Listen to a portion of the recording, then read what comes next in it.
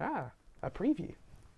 Excellent. Going live. Going live. You're here. You're live.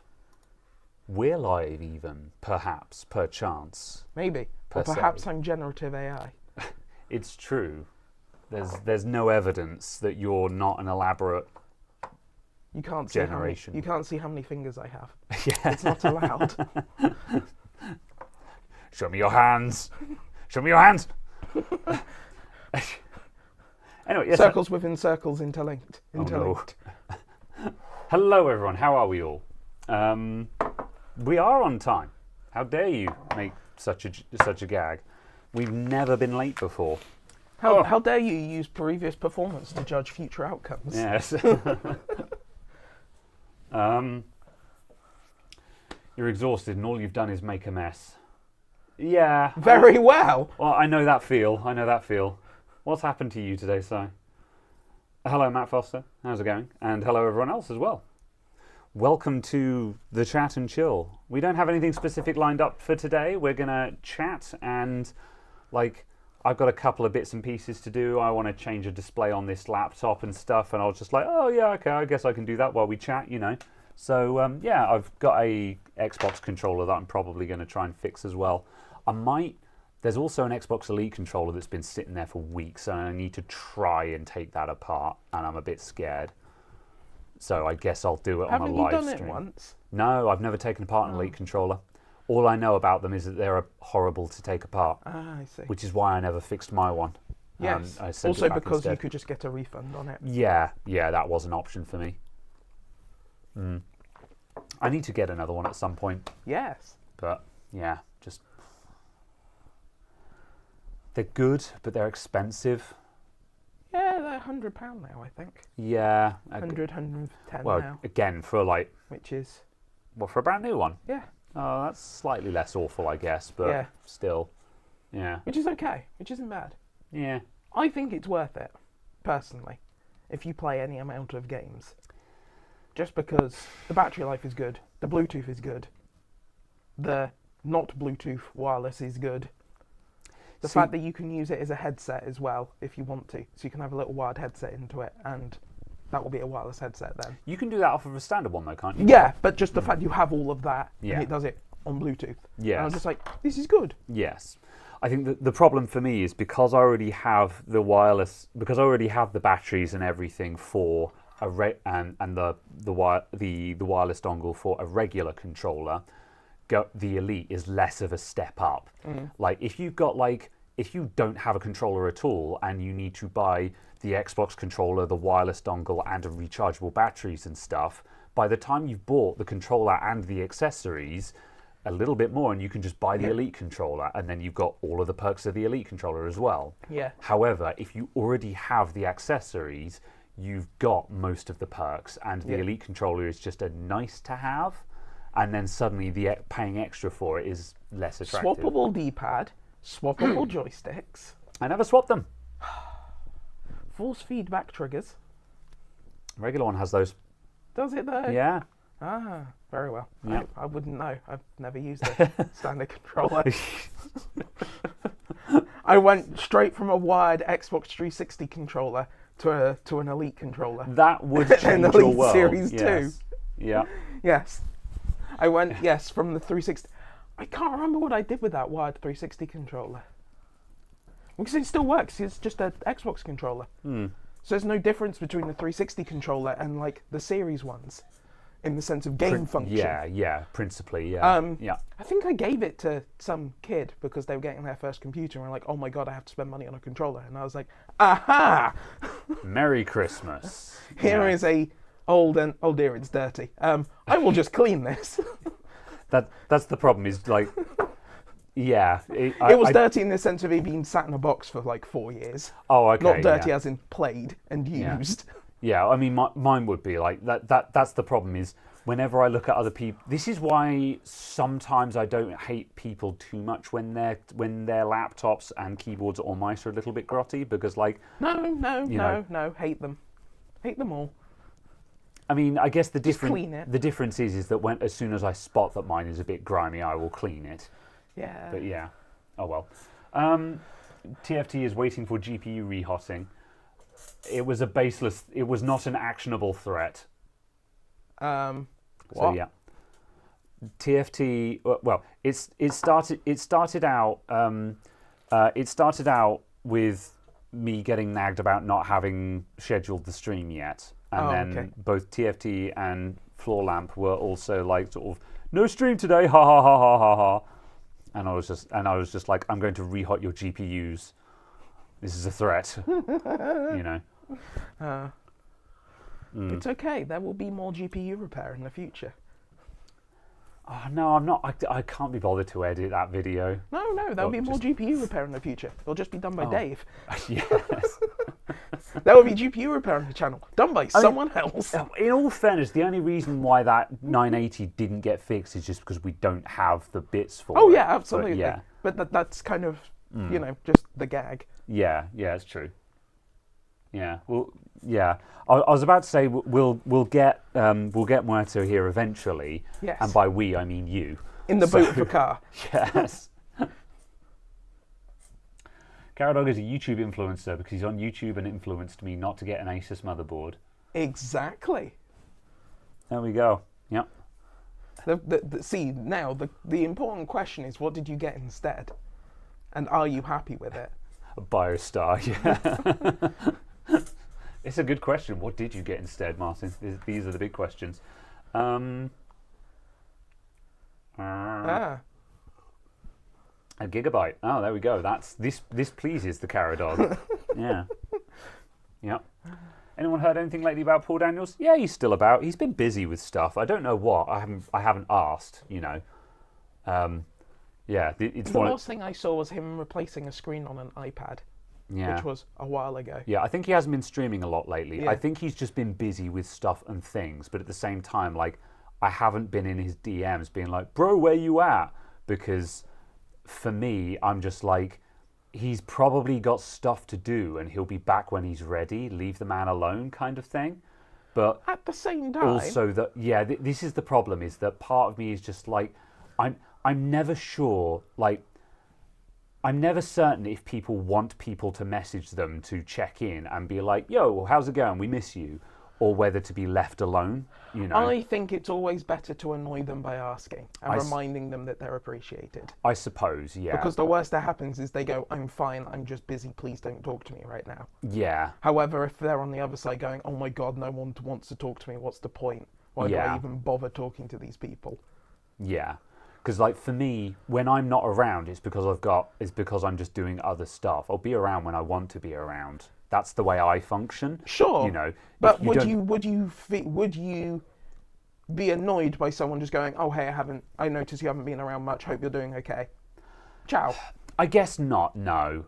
But at the same time, my answer will be like, yeah, no, I'm doing stuff. I'll be around when I want to be around. But I guess I wouldn't be offended by that because I know their intentions were good. Exactly. So yeah, I suppose. The point has been proven. You wouldn't be offended. Yeah. I don't know. I think the problem is when someone checks in on you, you're now just like, now I have to justify the reasons why I'm not around. You don't. You know. No, you don't. Yeah. No, you don't. You just go, I'm great, I'm busy, thank you for checking in. Yeah. I know this in my heart, but it's hard to accept in my mind. Yeah, it is. Yeah. Yeah.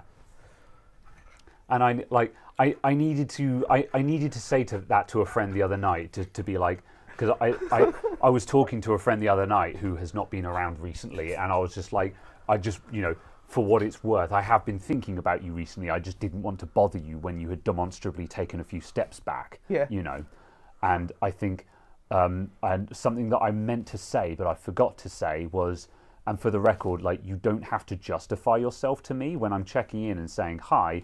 It's just out of just wanting to let you know that I care about you kind of thing, not because I need you to tell me why you're not around. Yeah, exactly. You don't need to explain shit to me. You know, you can just not be around if you don't want to be, you know.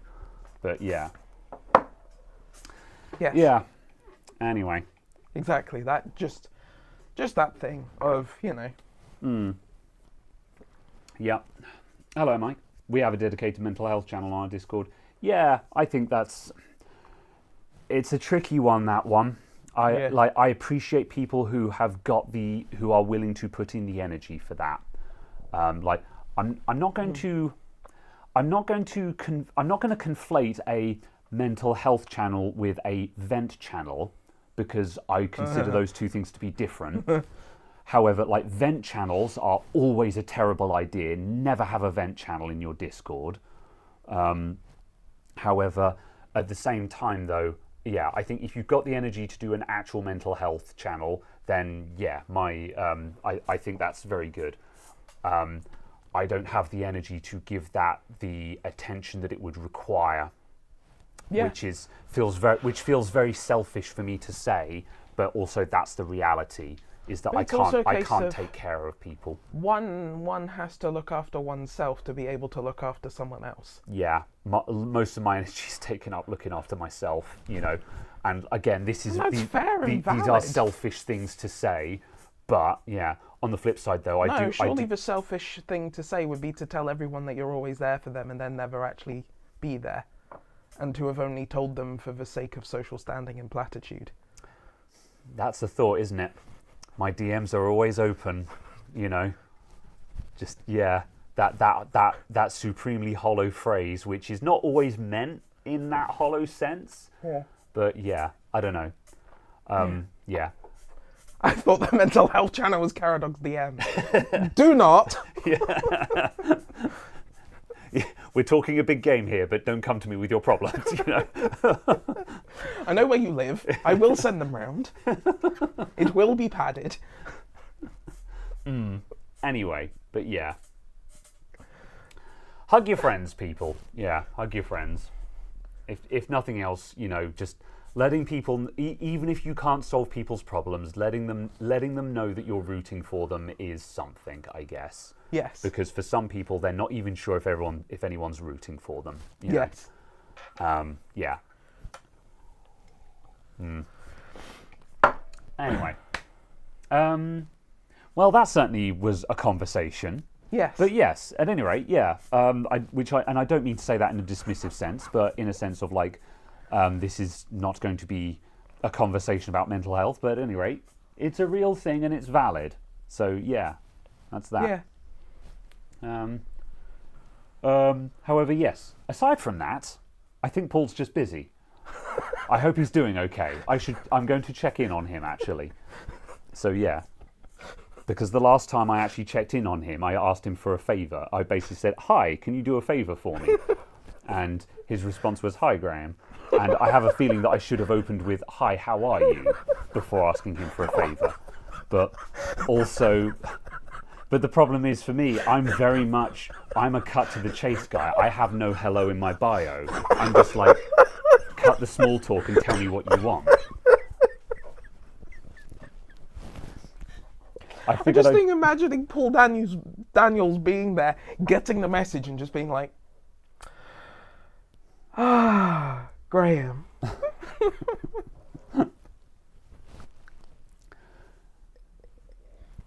I don't know. That's not how we do things down under. Anyway. I need a mental health check after Caradog not responding to my friend request. Oof. I do not reply to anyone's friend requests. No, me either, to be honest. Yeah. Although my excuse is that my bio specifically says no hello or friend requests. Because the problem is otherwise my friends list just... Because when the channel started to blow up and people were adding me on Discord and stuff, I was just like, oh yeah, sure, I'll be friends. But the problem is, it's just... My friends list was just suddenly just full of people who I didn't know. Yeah. You know? Which is not to say I don't know who you are, Mike, but it got to the point where I'm just like, if it's not someone who actually needs to be on my friends list, then I'm not going to accept the request. Yeah. It's just like, I know who you are and I know where to find you. You don't need to. My friends list is for people that I actually need to keep track of, kind of thing. You know. That's what Apple AirTags are for. Oof. So yeah, Paul's been working on board view decodings. Yes, I know he's been doing a lot of that recently. He'd had a win on one of them recently, I believe. But yeah. I saw someone talking about a board view requiring a license key to view a couple of weeks ago, and I was just like, Oh, some particular Oh, format, I boy. think. Yeah. Oh boy, what Yeah. the hell? It's a bit gross. Yeah. Like, yeah, I don't know. It depends. It depends on what the source of all of this stuff is. If Yes. it's a board view where someone has actually, like, mapped it out themselves, like someone's reverse engineered the board, Yeah. I could kind of understand wanting compensation for that. Yeah. Like, I put in a lot of work to reverse engineer this board. It would be nice if someone could, chip in order Yeah. to use it. But considering I'm 99% certain that, like, certainly with schematics, they're all ripped off from manufacturers at some point or another. So Yeah, it's just probably. like, yeah, I'm not paying for that because this was ripped off from the source, Like, even if you put in the effort to get hold of it, it still wasn't your creation in the first place, Yeah. I'm not paying for my pirated material, thank you, You mean you don't pay to be on a private tracker? No. That However, was something that always bamboozled me in the day. Hmm. People paying more than it costs to buy the game or yeah, watch the films, I can pirate understand. the films. Yeah, I can understand an invite-only tracker where they're curating their membership to make sure they have high-quality torrents, but by a membership fee, I'm just like, I'm not paying for pirate stuff, But yeah, Yeah. I'd pay for Flex Board View because that's a program that is adding utility, But yeah, paying for the actual board views that I'm looking, I'm just like, unless the person who is charging me the money actually reverse engineered it themselves, no, Yeah. But yeah. How much would you pay if Dell sent you an email saying, "Here are all of our schematics. There is a price tag." I think that's Yeah. kind of the question to a degree that me as a semi-outsider feels Yeah. like the industry needs to ask. I think- How much would we actually pay for all of them? Because that seems like an option. If you can badger some smaller ODM Yeah. to sell them openly, that sets a precedent. I think that, yeah, and I think that's reasonable as well. I think it's not unreasonable for manufacturers to sell their schematics Yeah. because this is something that Lewis Rossman has said from day dot as well. Yeah. He's always said regarding schematics and like tools and stuff like that. He's always said, I don't want this for free. I'll pay. Yeah. I just want it to be available. Yeah. Reasonably available. Yeah, reasonably available and reasonably priced. I'm not going to pay $1 million for the schematics. Yeah. However, if we can negotiate At a the same reasonable time- price, At the same time, though, I can see that being a reasonably good thing. Kind of if it were a case of like, right, you pay upfront, say £400,000, £500,000 upfront, but that gives you everything that has ever been released and everything that will be released, and we supply the parts, all of them, every single one that's on there, and you can buy all of them for every single model year, kind of thing, and it's a buy-in program that way round to cut out people who are not actually serious about setting up a decent business. Possibly. Kind of that way round. I could Yeah. see that kind of working. It obviously massively front loads all of your costing and so on. gonna say but that- as a concept of a repair centre, yeah. it makes sense. I mean, yeah, like for independent repair, I think a service would be more like I would Yeah. say I would pay a monthly subscription for access to Yeah. all of the resources, any appropriate programs for pairing things together, Yeah. and access to the parts shop. Yeah. And then if I stop paying my subscription, I lose access to that content.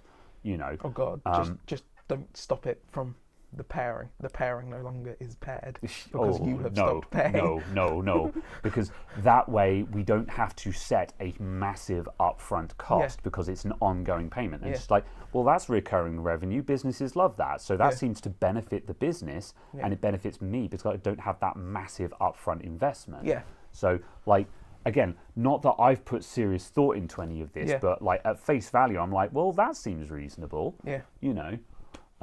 So I guess yeah. it becomes a question of working out the profitability of quote unquote a lost sale of a new laptop. Yeah, you left a BIOS server due to the owner wanting to get paid and does not want anyone learning or teaching.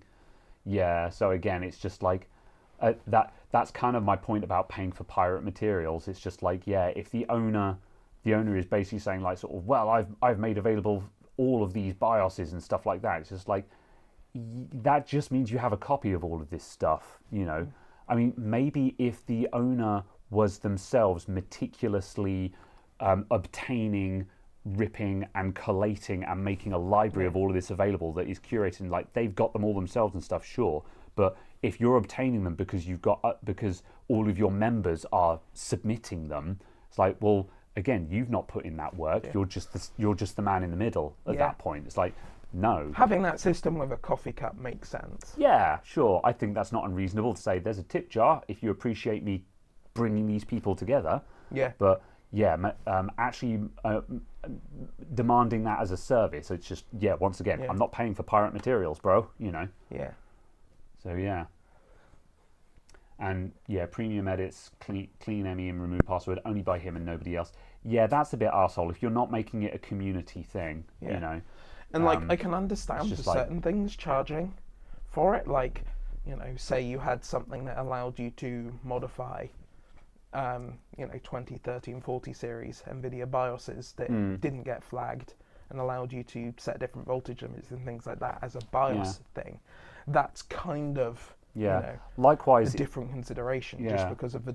Likewise, he's entitled to charge for a service, you know. If he's saying, I will fix your BIOS dump for you, but you have to pay, that's 100% reasonable. Yeah. But if he's saying no one else in this server is allowed to do it for free, then as the community, my response is going to be like, okay, I'm going to set up another server where the people who are willing to do it for free can do it then. Yeah. You know, if you want to charge, be my guest. But this guy says he'll do it for free, so I'm going to let him do it for free. You know, you're allowed to charge. I don't have a problem with that. That's your prerogative.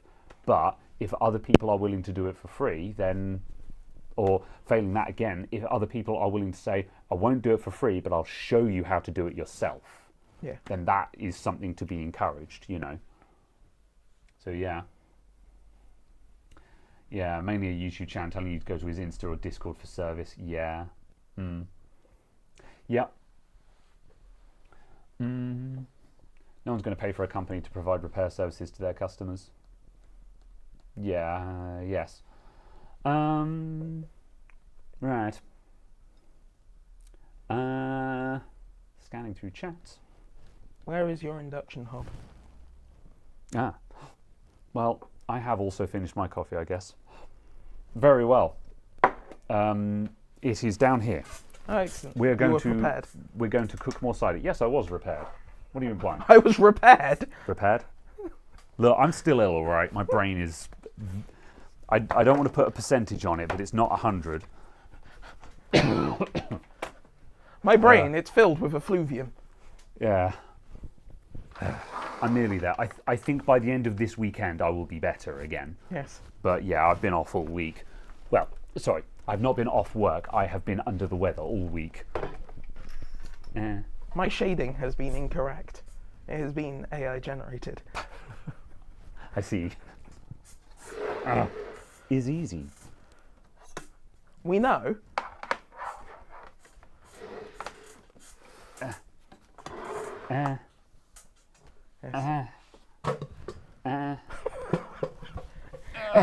Every random noise that is made increases the taste.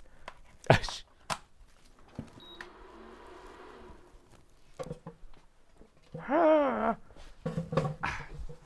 we go. Under the weather is a great expression, but it makes no literal sense.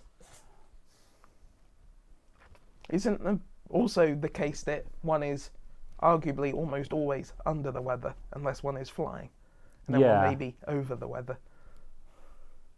Unless you're completely done with it, and then you could be over with it as well. I see. If you're sick, you shouldn't be under the weather, you should be indoors. Yes, this is very true. I can't be bothered to figure this out, if I'm honest.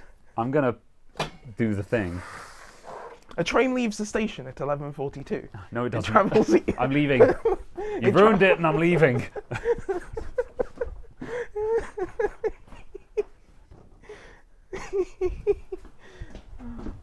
You're welcome.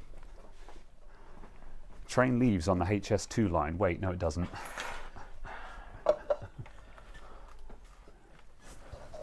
So the Tory conference is in a northern city. What are they going to do to appease the audience? Tell them that the northern train line is cancelled. Oh, such a flustercluck.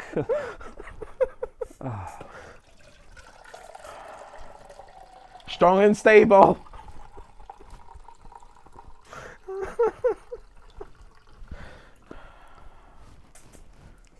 It's about that time, eh, chaps? Righto.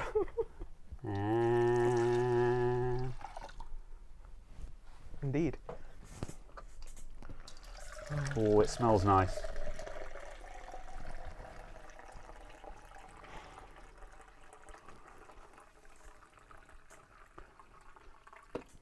Right.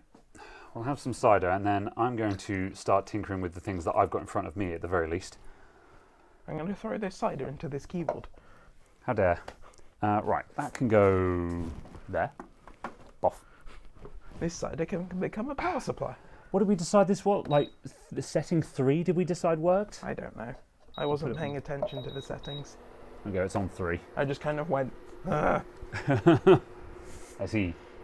There was a turbo button, so you press the turbo button. Oh, well, yeah, the max button made it go, ah! And, Yes. well, not specifically, but... Yes.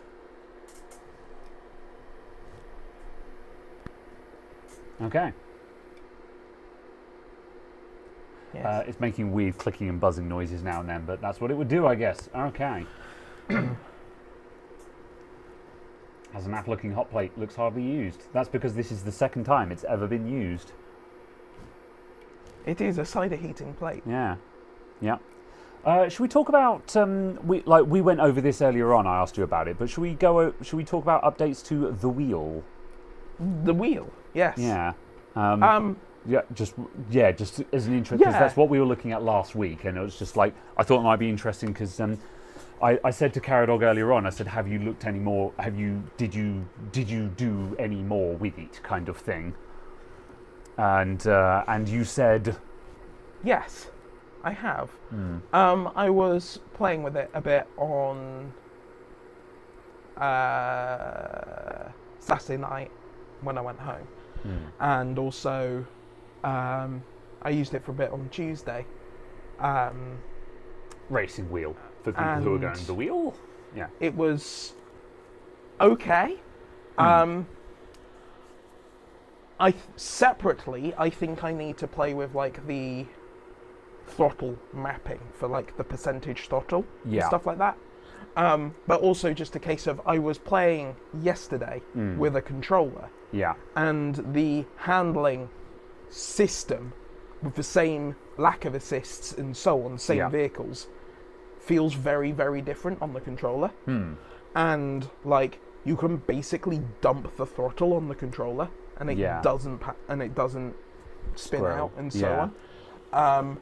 Which just means, based on obviously limited testing and so on, it was a case that just playing with the controller is functionally faster point A to point B in a straight line. And I was just like,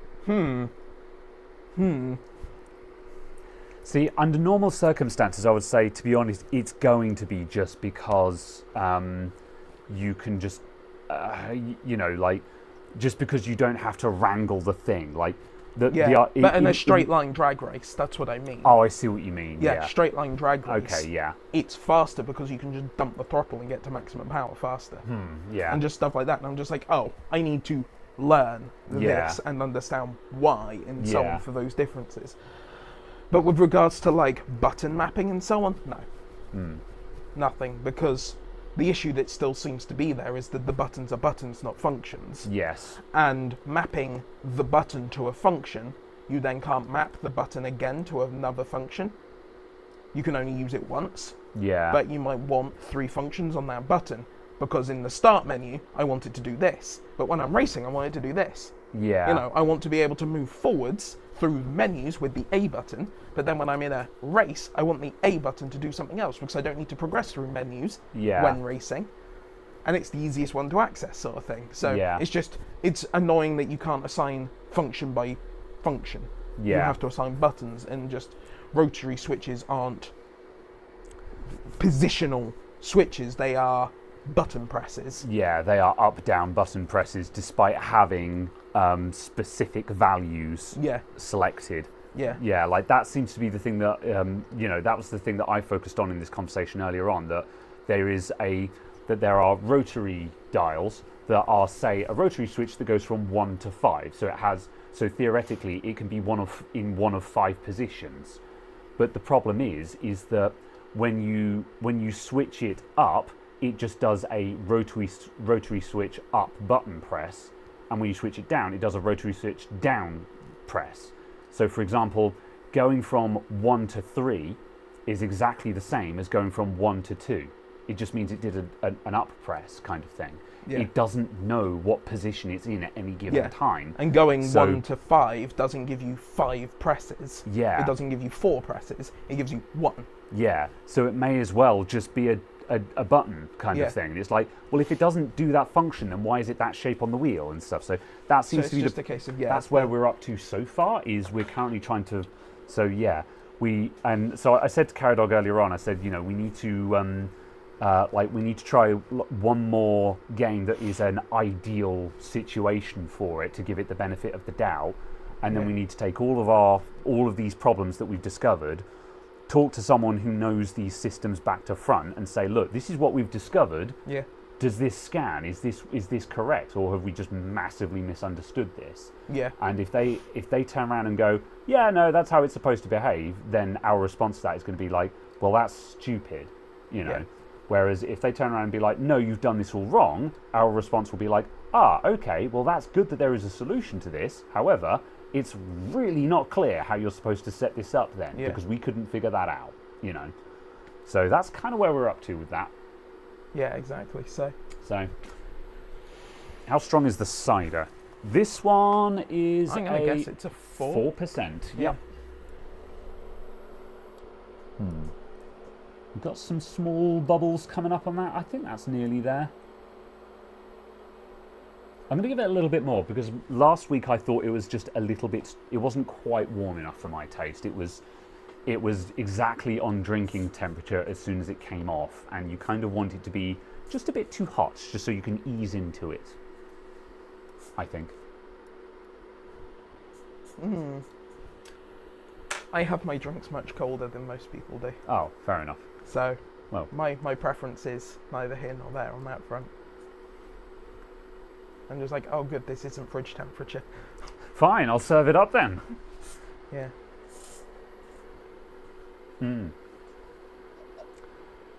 But yeah, the thing as well that surprised me was just with the way that the setup is. Separately, I have an issue with some of my musculature in my hip, and it did all kinds of things using the wheel, and I was just like, I have done myself a minor kerfuffle. I see.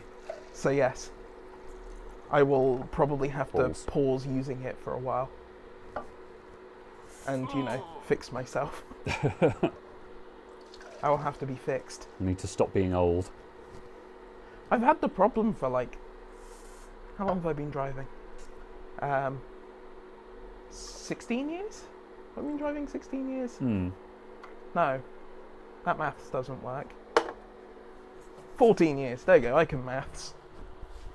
Yeah. Sai says he must try it out so he can break his spine. Well, you could just do, your stretches. I don't wanna.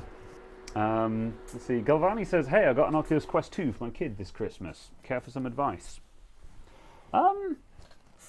None specifically, I don't think. I mean, yeah. What kind of advice are you after, really? Make sure you have batteries. I presume it takes batteries in the controllers. Yeah. Oh, yeah. That's a fair point. Yeah, rechargeable batteries for the controllers. Make sure you have space. Yeah, so the controllers will take a single AA each, I think, for the Quest controllers. So you'll want to buy a 4-pack of rechargeable AA batteries. So that way you've got, you have 2 in the controllers and 2 on charge. So the moment the controllers go flat, you can just immediately chop them out to fully charged batteries. Yeah. Do you need a mute for a moment so you can cough up a No, lung? I'm good. I'm Okay. good. It was a throat tickle, and I was just like, ah. Yes. So yeah, rechargeable batteries. If you want to be really flashy, you can get rechargeable constant voltage lithium-ion batteries, which are what I'm now running. However, I probably wouldn't bother for those for Quest though. They were useful for me because they're constant voltage rechargeable lithium-ion AA batteries are very, very lightweight. And because my VR controllers take 2 AA batteries each, they're actually quite heavy. So having lighter batteries actually makes a considerable difference. Other than that, I don't think the rechargeable lithium batteries were worth the hassle, because the big drawback of them is that you get a really long run time out of them because they're constant voltage and just go forever. But the problem is that there's no low battery warning. They go forever and then immediately die. Yeah. So there's no warning when they're about to die. Yeah. Whereas, like, NiMi batteries, because they're 1.2 volts instead of 1.5, they always read at like no better than 50%, but you still at least get a low battery warning when they dip down to like 1 volt or something like that. You know, you get that low battery warning that gives you enough time to be like, oh, it's time to change, instead of them just dying mid-game, you know.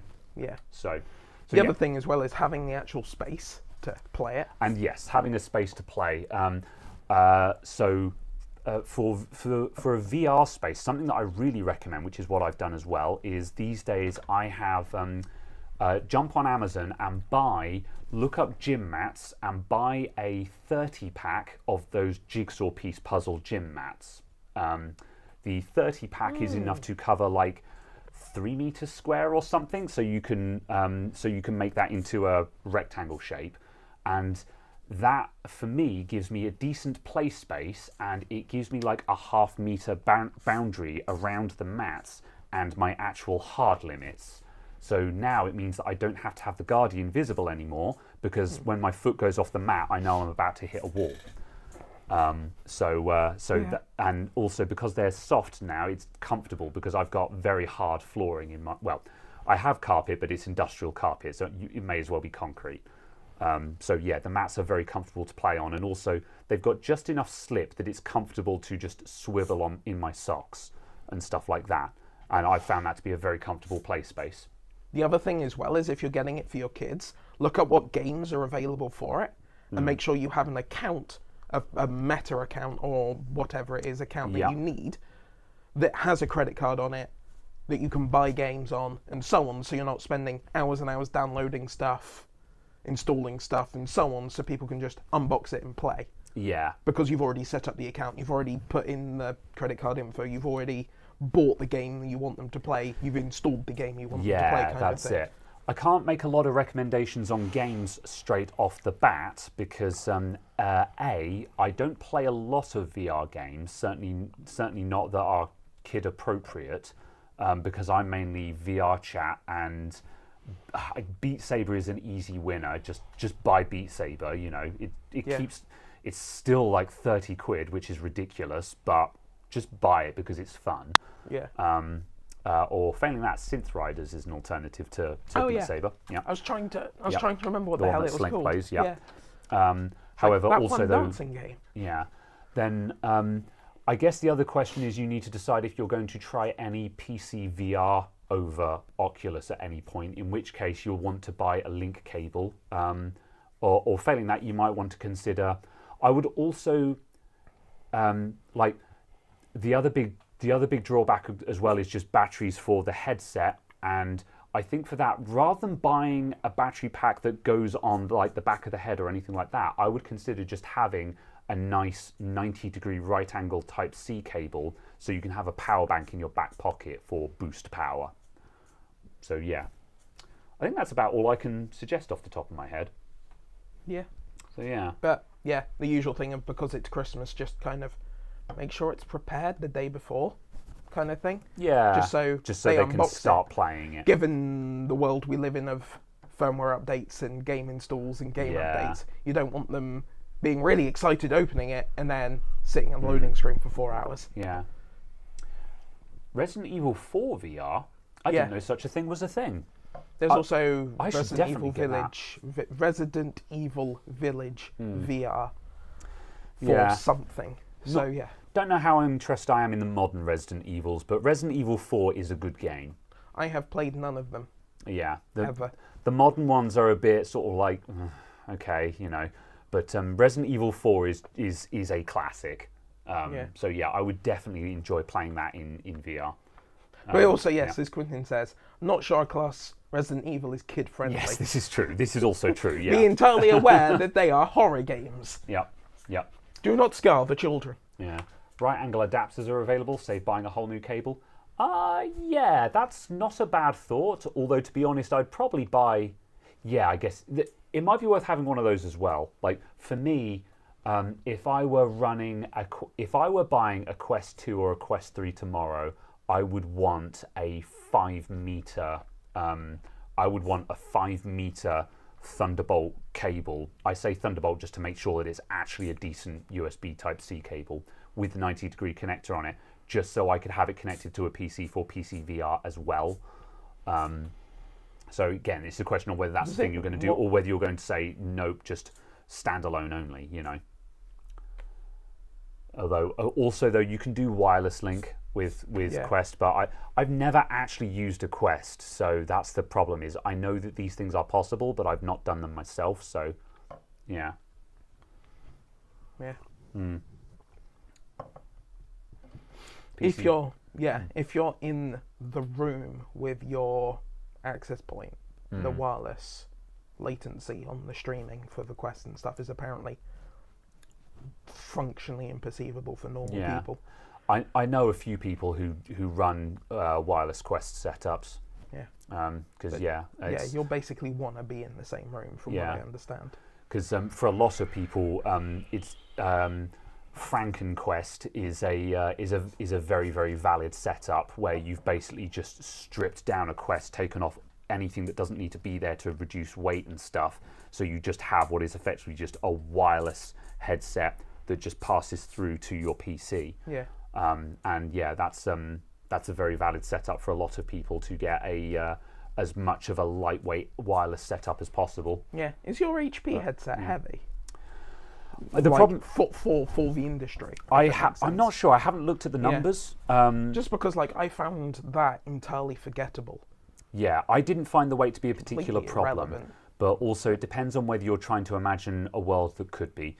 Because where things like the Big Beyond now exist, that is like the Beyond VR. Oh, Yeah. okay. It's a company name of HMDs. Yes. It's not a meta of metas. No. So, someone help me out here. Oh, the big screen Beyond is what it's called, I think. Yeah, Big Screen Beyond is one of the latest headsets to come out. It is literally like a pair of goggles kind of thing, except it's a very high resolution, very high field of view HMD.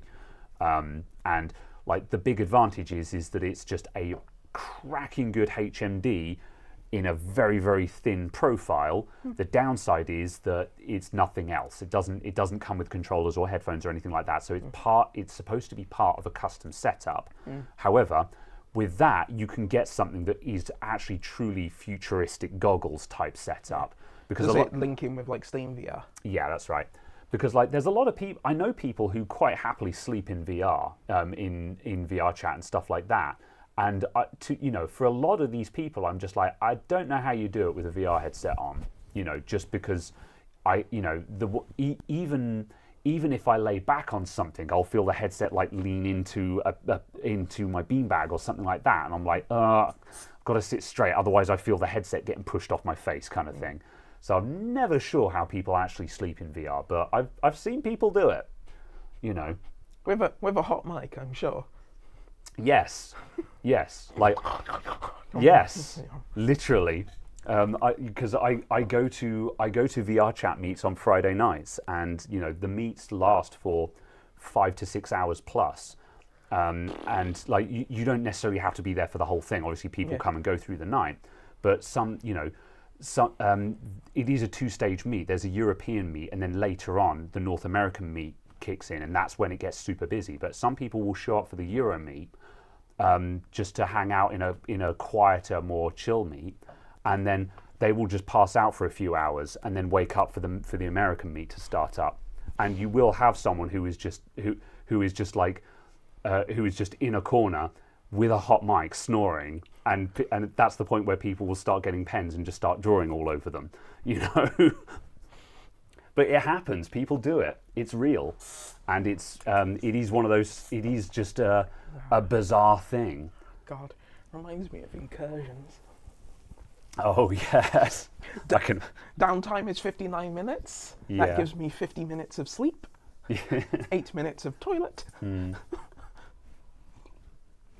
Yeah, Elite Dangerous has VR. Yeah, I've kind of wanted to try Elite Dangerous in VR, but also I just can't be bothered to get back into Elite Dangerous.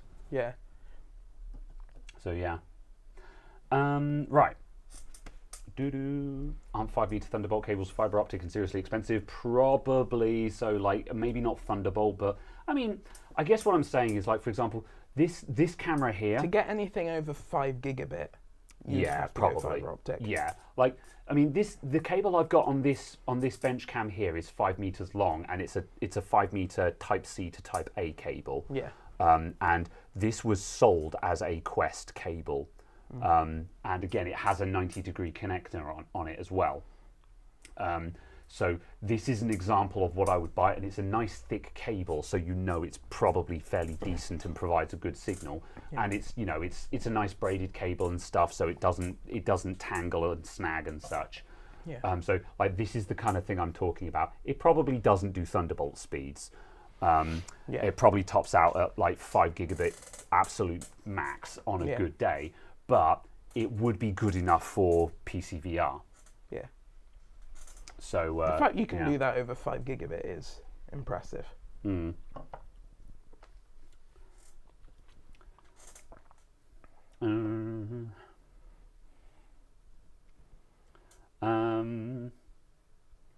am I finding Slime VR in the long term?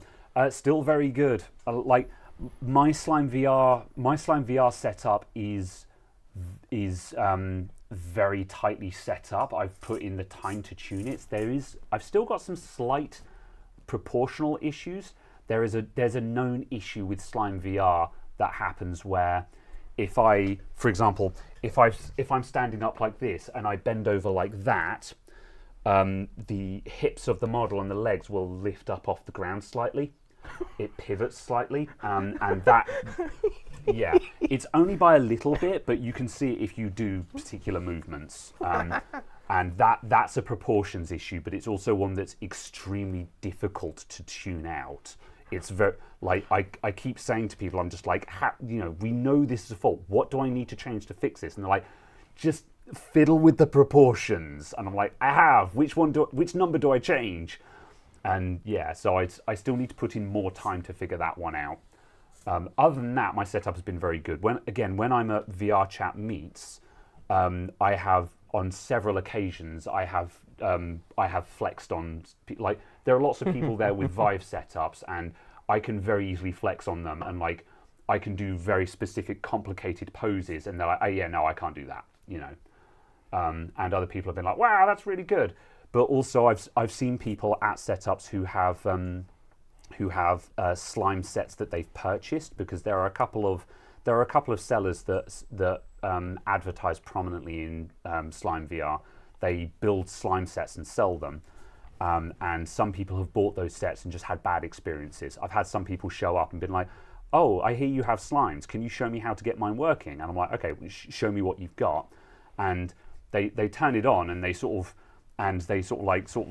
lift one leg and the other, and I look at the movement of it. I'm like, whatever's happened here has gone horribly wrong. This is not functional. This is not what it's supposed to look like. Like, look at me and look at how my character is moving. This is what it's supposed to look like. Yours is not doing that. There is something seriously wrong here. And they've just paid like £300 or $400 for their set, and they're like, yeah, I just spent a lot of money on these and they don't work, And unfortunately, those sellers are notorious for not providing good customer service. There's actually one or two friends I have who I've actually said, look, I'm getting into a position where I'm going to be making and selling sets now and then for friends, kind of thing. Add me on Discord so I can put you to the list of people, because there are some people who have bought sets, been incredibly disappointed, and I want to sell you a good set at like cost price, just so I can, just to make good, so you can get what you originally wanted at the way it's supposed to be, you know. But that's the problem. The way I've said it to a lot of people, like there have been some people who said, I'm going to get full body tracking, should I go slime or should I buy Vives? And I said, you're going to pay one way or the other. With Vives, you pay money because they're hella expensive. You're going to be paying £100 to £200 per tracker each time, and you need at least 3 of them just to do waist and legs. And that doesn't give you feet, it doesn't give you chest, it doesn't give you arms, it doesn't give you ankles, and that is already £300 kind of thing. Assuming you bought them on sale. But with slimes, they're incredibly cheap because you can get like a set of 8 or 10 for the same kind of money, but you're going to pay in time. Time spent setting them up and tuning them and getting the proportions right. So that's kind of the way it works, is you're going to pay money or you're going to pay time. Which do you have more of? Which are you willing to spend? So yes. But yeah. However, yeah, I'm still very much on the slime VR scene. Have you got because there was a comment that apparently I can't remember what it was, the board that has the little controller itself, the controller itself, there was a new version of it. Oh, the processor. The actual microcontroller. Yeah, there was a new version, and apparently that was much better. Yeah, there are ones of those out there. Most people generally don't care about them because the firmware is very, very heavily optimized for the D1 Mini. And there's not a meaningful benefit to switching to the new one because it doesn't have any of the optimizations on it. So you would not really get a huge difference.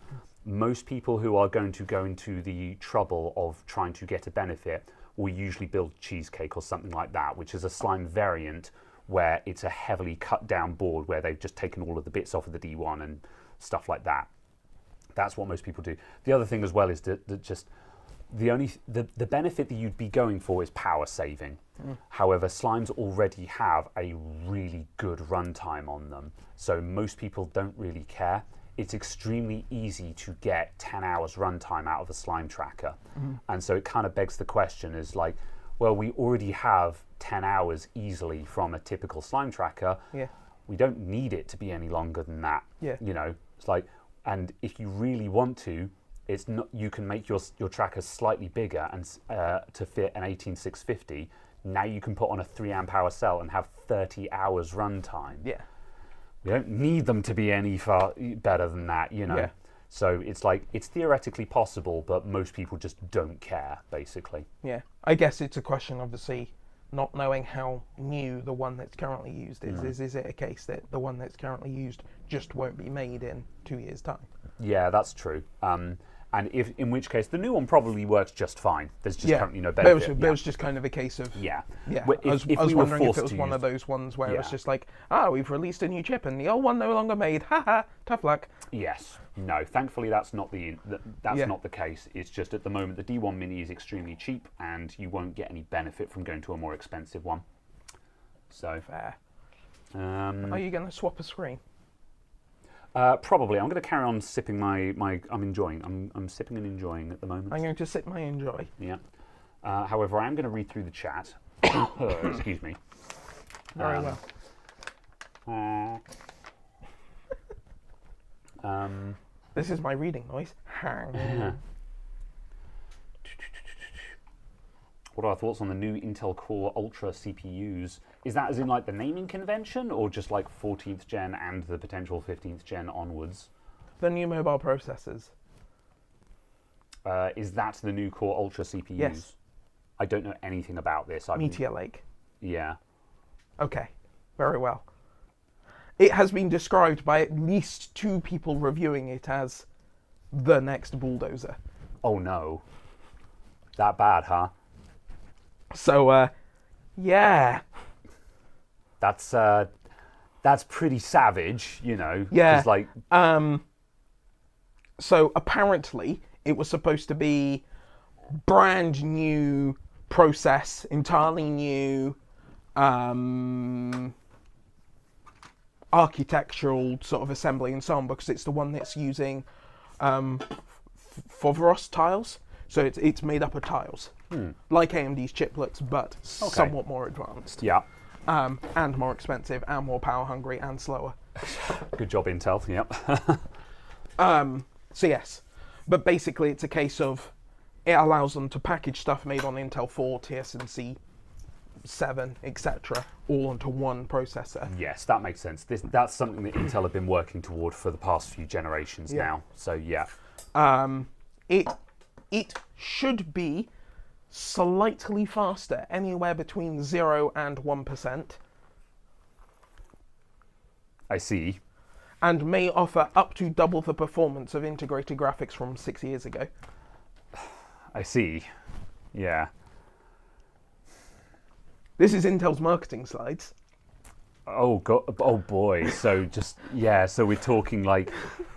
Yeah, and like Intel marketing slides are going to be extremely optimistic as well. Then It's also the case of like it was supposed to be internally kind of the plan for it was for it to be a new paradigm boost in efficiency, new paradigm shift. Sorry, that's the word I meant to use, in efficiency. And compared to Raptor Lake, it's maybe a couple of percent more efficient. Yikes. Yeah. And it's a case of just like, it's not bad as a product. There's nothing fundamentally broken with it and so on. Yeah. It's just not what it should have been. Yeah. It's not living up to any of the internal expectations. And it's not an improvement over And anything. also, it's functionally not an improvement over what we already had. Yeah. And, again, based off of AMD's internal numbers, so no third-party verification, but AMD's numbers for the next mobile stuff is massive upticks in performance. Yeah. And Massive changes in efficiency. And we've seen that before. I was going to say, Zen. AMD currently have a good track record of AMD are currently actually executing. Yeah, like if Intel said, "Oh, we've got a 50% uplift of performance," currently based on track record, we'd be like, "Yeah, sure, show us the numbers." Yeah. Whereas when AMD says we've found 20% improvement, that probably means they've actually found 20% improvement. Yeah. Based on track record. So like if Intel's internal marketing are just like, it's 1% faster, like it's quite likely just slower. But I assume this is just an announcement and no one's actually tested product these. release was the 14th, 2 I days see. ago. Yeah, fair enough. Yeah. But yeah, this is also the case of apparently it's been sampled to like 6 outlets worldwide. Oh. So it's just like, yes, that shows confidence in this product. Yeah. Yeah. However, I mean, it's just like, Also, it's being launched halfway through December. Yeah. It's a dead month. Yeah, I was going to say. Back to school was 3 months ago. All of that sort of stuff. It's just a case of, to me, it shows that there's very little confidence in the product. Yeah. And they're just getting it out there to meet investor obligations. Yeah. So they get it out the door before the end of the year. Yeah. Kind of thing. And it's just a case of, it's unfortunate because I want Intel to be competitive. Yeah, definitely. Because when Intel is competitive, AMD gets better. Yes. When AMD is competitive, Intel gets better.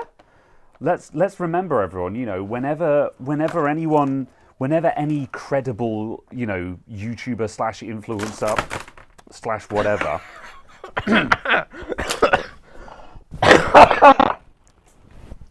This is not customer stuff, by the way. This is secondhand stuff that I own. It is no longer customer stuff. Yeah. Oh. That's not a mark I've just put on it. I've just noticed more marks on it. This laptop that is currently in pieces is a second-hand one that I purchased that arrived in just abysmal condition. So I'm basically using it for parts to improve other Latitude 5400s. However, I was going to steal the screen from it, but I've just noticed the screen has a whole bunch of marks on it, and I'm like, What, on the bezel or on the actual Yeah. display? Oh, yeah. yeah. I'll accept that because that's not on the display itself. And, you know, as a second-hand laptop, it's going to have marks on it. And I say to people, you know, these are second-hand laptops, they will have marks on them. However, the point is this will have a high-res display. The reason why I'm changing the display on this laptop is this particular one I've got here. I bought, someone requested a slightly higher power one, so I got an i7 one, and it arrived with a 1366 by 768 panel on it. And I was like, what the hell? So I'm putting what I'm assuming this one's a high res. I didn't even know that the 5400 was available with the 1366 panel, but apparently some people are still fools. So yes. But yes. Anyway, yeah, that's disappointing in those CPUs. And yeah, as I was saying, whenever any kind of influencer is ragging on Dell kind of thing, you know, like, again, it's not that we take any pleasure in dunking on companies. It's a case of, like, competition is good. We want competition. We want Dell to be better. However, we will laugh at them derisively when they spit out something that is crap, you know. Yeah. How will you reuse that LCD panel? Yeah, so what I will do with this crap LCD that I'm taking off is, firstly, I'll put it with this laptop that is for parts. This laptop, I'm trying to find a new keyboard for it, so I need to get the right keyboard. But what I will probably do is, once I've got it back into a working condition, I will just sell it a bit cheaper than the rest because it's got a pleb tier screen in it. And I'll just sell it a bit cheaper and say, this one doesn't have as nice a screen as the usual ones I sell, therefore it's a bit cheaper. And I'll just get it out the door. So yes, previously I've been meticulously checking every laptop I buy to make sure it has the 1080p IPS panel in it. Why did that sound like Velcro? But I didn't realise that the 5400s were actually available with a low-res panel. Sai says they're not. Yeah, maybe someone swapped the panel on this. I mean, it's hard to tell sometimes on these. You never know whether they've been fiddled with or not. Yeah. So yeah, I find it very difficult to believe that someone bought an i7 5400 and didn't get the 1080p panel. Like, why would you do that? Yeah. But either way, I mean, you saw me turn it on earlier on and go, ugh. I mean, I looked at the screen and went, yeah. Anyway. Yeah. At first I was just like, oh, that's not an IPS panel, that's a shame. And then I went, wait, is this 1366? Gross. That's actually a deal breaker for me. Yeah. Never seen a 5400 with low res. Yeah. I'm glad it's just me then. It does mean that I don't have to worry about checking other laptops because that's just a pain in the ass. Because naturally, of course, the sellers don't like telling you when it has the low res panel in it because they know. Where's the service tag? The service tag. I'll let you read that out in this. Yeah. Are you ready, Si?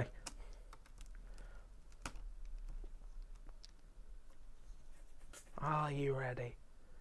Are you ready for this? Are you ready, kids? Let me hear you say, We went in very different directions. 2LWG433.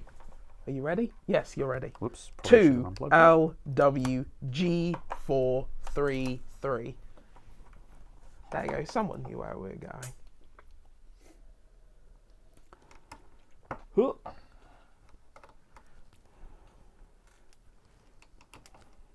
Whoop. Good. Go, minion. Yeah, I suppose actually, the service tag should show what it was originally, the original configuration it shipped with. So that will reveal if it was shipped with the crap screen or if someone swapped it in. somewhere down the line, maybe it had a broken screen on it, and someone just put on a crap one from another laptop. Yeah.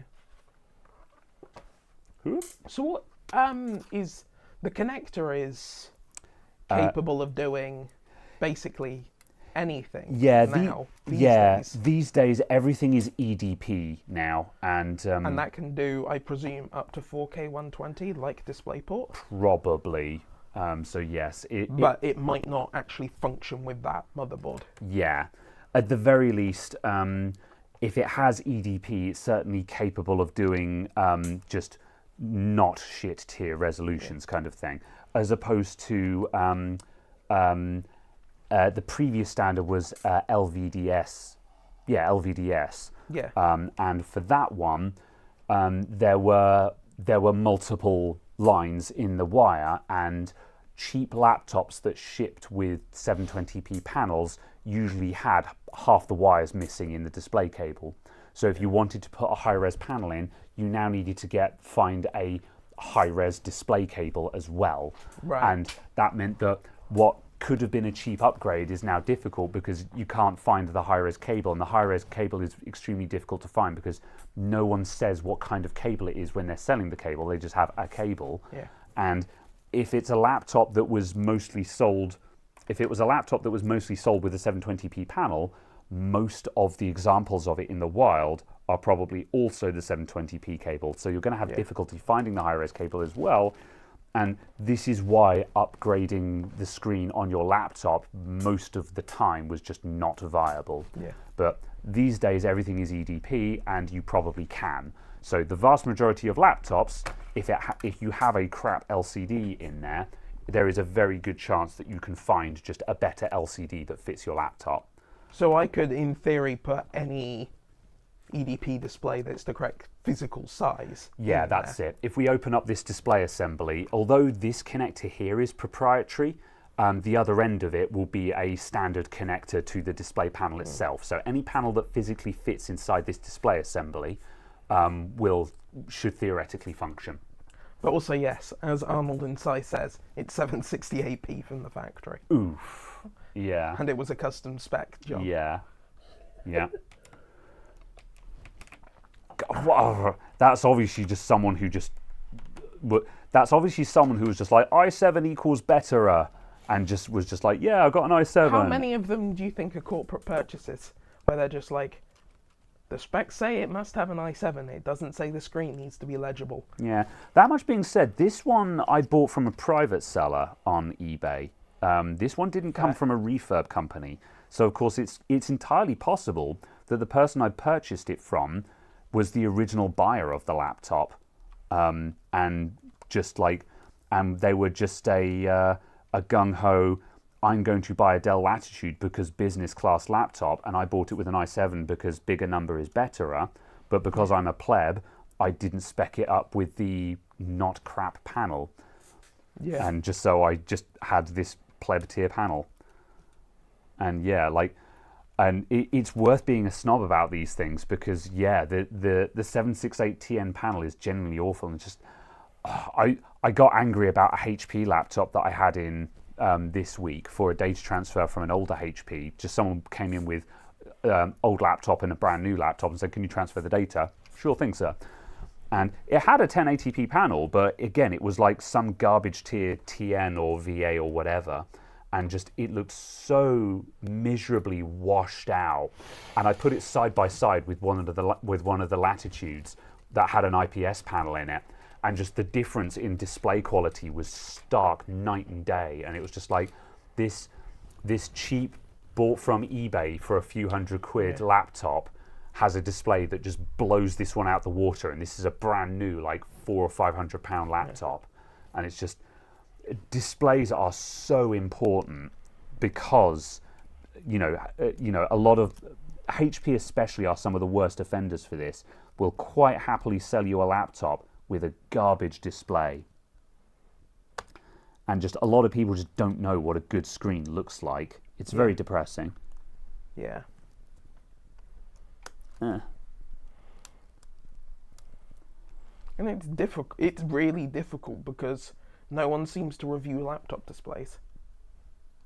So it's hard to even get sort of generalised ideas as to which brands don't fit absolute garbage tier displays. Yeah. Yeah.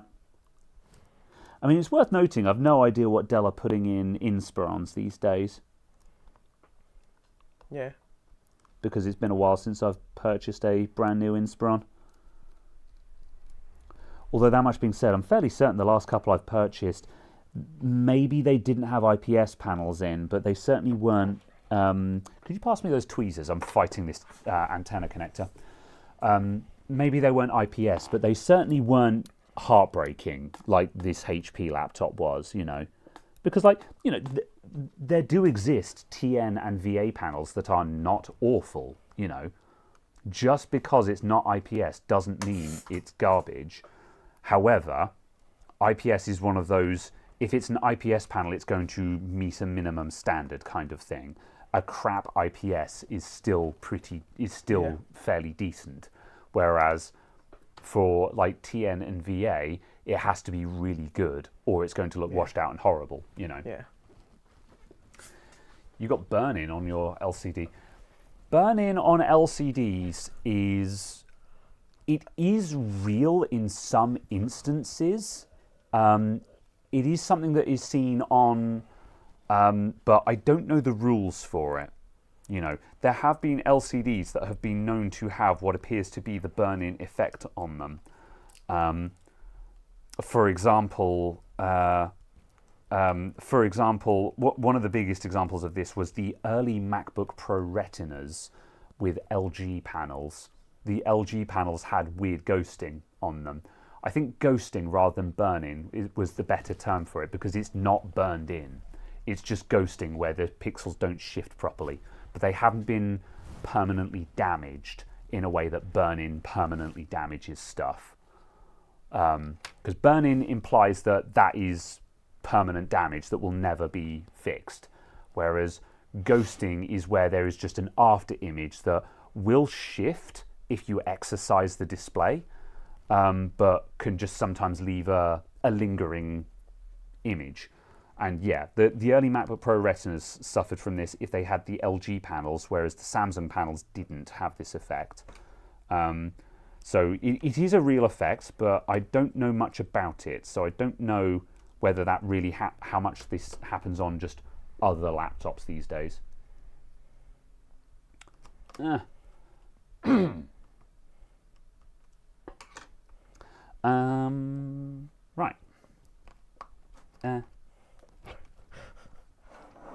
Just make sure this turns on and gives a picture. And then this laptop should be ready to go to my client. Oh, it did turn on. I always dislike it when laptops don't give any fan spin on power up. I wish that I wish that all devices would just spin the fan for a second and then switch it off, just so you could get that the fan works. How much do you want to bet that this thing has a 720p panel in as well, just to spite me?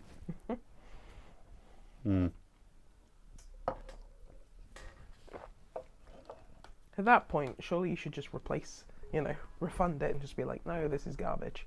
Well, it might have some marks on it, but the plus side is this display does have the Hello, the Windows Hello webcam on it, which is kind of cool. Hello. Is it me you're looking for? Right, this looks like 1080p. Yeah, there we go. And yeah, that's IPS as well. Certainly, yeah, definitely. Yep. Good. Right, there's no other configuration. I've got to install Office on this. Yeah, okay, well, that can wait for now. Hup, shut down. I will put the back cover on. All screws in, all screws in. Why does it look like you don't have wireless LAN? Because it goes there instead. But my WAN card for the 3 people out there that stick a SIM card in their laptop still. Does this even have the slot for that? Yes, it does. It's there. I'd like a laptop with that. Just as a, standard feature. But like... You've got to maintain the service to it. That's the problem. Yeah. Like, for the once in a blue moon when you're actually going to need it, it's just like, you just tether off of your phone. And like the advantage of that is that the kind of time when that's useful as well. Like, for example, when I was on holiday the week before last, the place we were staying at, there was no Wi-Fi there, and the signal in the house was very poor because thick stone walls. And but again, because I was tethering off of my phone, I could put my phone in the window where it got some reception, and then it would broadcast Wi-Fi to the laptop. Whereas like the laptop with a card in it would have had no hope of finding signal. Yeah. So that's the thing. It's just I don't think it's useful. I'm sure there's businesses out there where they want to give someone one device and say this will connect. It's all prepaid and pre-set up. You don't need to You don't need to pay any service. You switch it on. You click connect. It connects to our VPN. It will not connect to anything else. Kind of thing. That's the purpose that it serves to still have the functionality there, I guess. Yeah. So.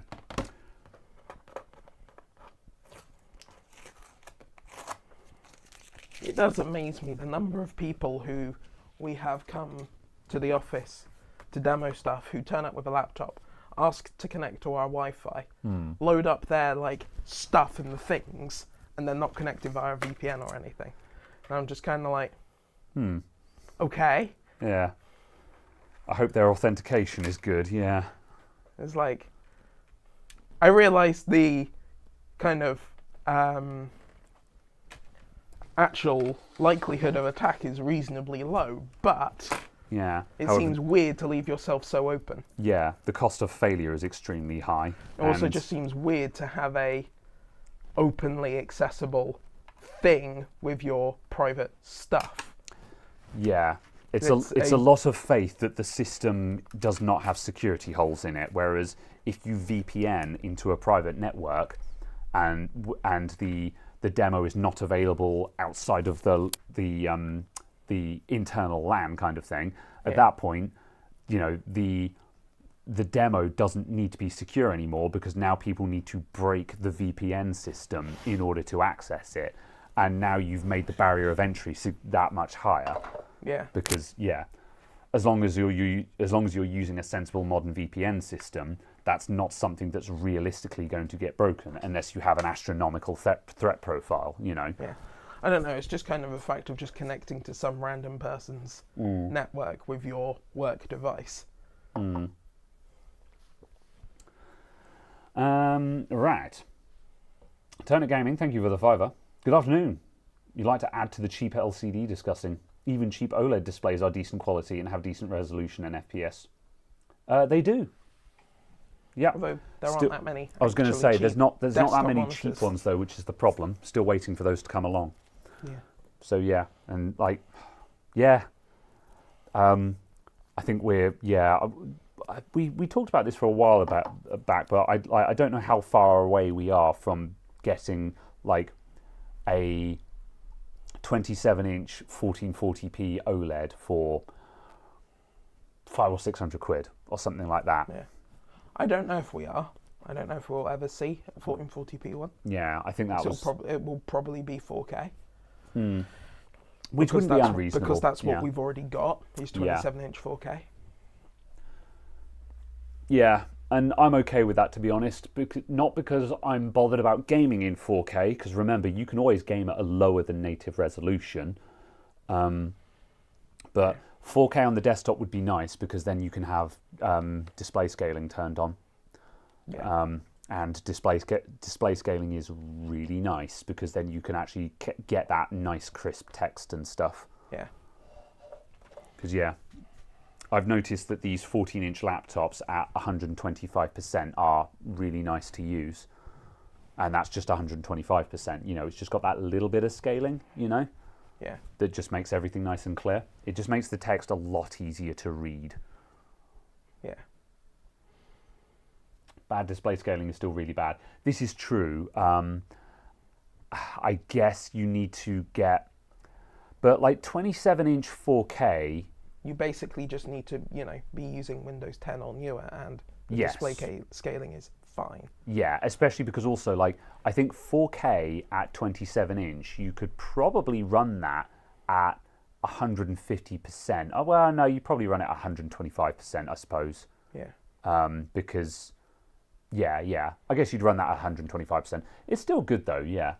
The number of instances I see where scaling looks horrid is becoming increasingly less common. Yeah. And it often isn't the scaling per se. For me, for what I've seen, where it looks horrid, it's not the scaling that is causing the problem. There's some other artifact causing the scaling to look awful. Yeah. Having 27-inch 4K, you wouldn't want less than 150%. I don't know, because like I run 1440p at 27-inch, and that's like halfway to 4K, isn't it? Or well, hang on a sec. 1440p. No, it's like 33% above 1080p. Oh, is it? Yeah. And 1080p, yeah, 4K is double 1080p. It's 4 times. 4 times, yeah. Or, Yeah. well, yeah, double the width and double the height, yeah. Yeah. So, yeah, oh, yeah, okay. You'd probably be right then, pre-revenue. It probably would be like 150%. So, yeah. I run 1600p at 30 inches at 100%, which is 110 dpi. And that's what I think the maximum limit is really, is about 110 dpi for 100%. Yeah. Yeah. So yeah, you'd want, I think you'd want somewhere around 25, you'd want somewhere 25 to 50, depending on your eyesight.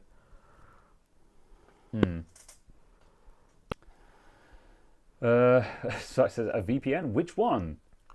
Well, actually, I would use... I'm not going to say anything yet because, I haven't agreed to anything yet. But yeah, I need to actually record I need to record the hecking... Mattress one. Very good. No, I need to record the Nord thing and then actually see and then actually sign an agreement with them because I still haven't agreed to do it. Yeah. But yeah, that's because actually recording the integration is harder than I thought it would be, because I need to do a really good delivery on it to make it nice and slick and smooth and quick and concise and to the point. And doing that, so I need to read a script to do that, and I don't have an auto prompter. So when I went to do it the other day, because I wanted to record it in the shop so it would look like it's more on set, but I couldn't do it consistently. So in which case I was like, okay, I need to go home and do this with hacking NVIDIA Broadcast so I can do the fake eye contact thing and cheat. And I can't do that on that computer because it's got a 10 series card in it. Yes. So yes. Memorize the script. And then use AI generation. Yeah. Maximum buzzwords. I probably could memorize the script, but it was a case of like I could sit and memorize this script and practice it and rehearse it, or I could just go home and use NVIDIA Broadcast. So yeah. Antonio with the 20 quid. Thank you very much. 10. Just a quick thank you for a great review of the Infrared P20 Pro. You got mine yesterday and you're loving seeing the world in infrared. It'd be even better when you add it to your night thermal PI visor. What's a night thermal PI visor? Tell me more. That sounds cool. But yeah, no, I've been getting on really well with the P20 since I got it. One of the next things I want to...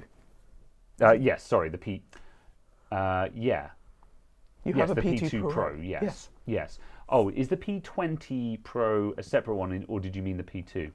But yeah, either way, the infrared cameras are very good. I've been enjoying mine a lot. Yes. So, there's also, I think, I was looking at AliExpress, there's one called the T5 or something like that, and it's got a big honking lens on it, and I'm like, sniper scope thermal camera. Why? Yeah, presumably it's I mean, it'll be the same resolution, but maybe it captures more. Maybe it captures detail better, or something like that. Yeah, but it was like a long range one. Oh, kind I see. of thing. But I'm just like, I have questions as to how long range it can actually be, with kind of a small sensor size. just because I don't know how much IR there actually is. Yeah, and I don't know if IR works in the same way that just capturing light does. Like, can you, IR is still electromagnetic waves, but like, could you fold them in a telescopic lens and things like in a compound lens and stuff like that? Exactly, just kind of at that point you're just like, does it work the same way as regular light does? I don't know, because like the way that reflections work and stuff, it does do that. It is just but don't know. It's like IS. Raspberry Pi visor. Oh, Raspberry Pi visor. Yes, I get you. Yeah, that's cool. A Raspberry Private Investigator. Yeah. 1940s style PI flick, but it's actually just a Raspberry Pi, and it solves all of its crimes by pinging off to Google and stuff and just searching the names. Right. I'm going to put this to one side. Very well. I'm going to grab that Xbox controller and fiddle with that while we chat. And try and pull it apart. It's already in pieces, which is why I accepted it. Otherwise, I would have said, no, come back I'm after going to open the Haribo. Yeah, do it. Right. Oh boy, that is indeed in pieces. Indeed, yes. Right, easy. You're going down there now.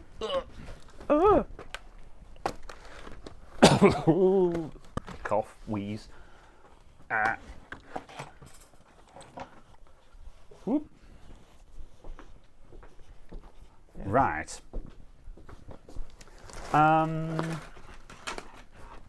Oh yes, it is indeed a 10th super chat. Neat. Cool. You have questions on crimes that were committed to this Xbox controller? Well, we'll have a look at it now. It's quite a new one, in fact, because it's got a Type-C port on it. So, like, I'm guessing, so if it has a Type-C port on it, that means it has to be a series controller, I think. I don't think the One X or the One S ever came with Type-C connectors on them. So, yeah. Right.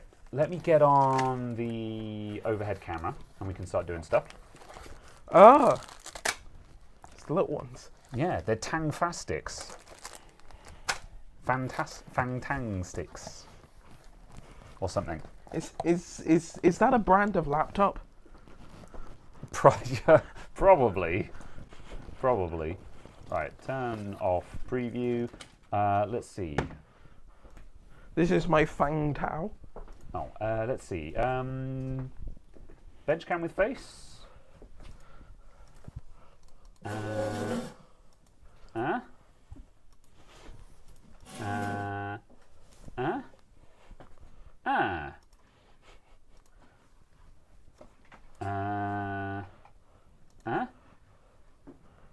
I'm going to keep making these noises. Oh, what on earth is going on with that frame rate? Something's wrong with that picture. Oh yeah, we're just at like 2 frames a second. Let's see. Hacking America. Transform. Properties.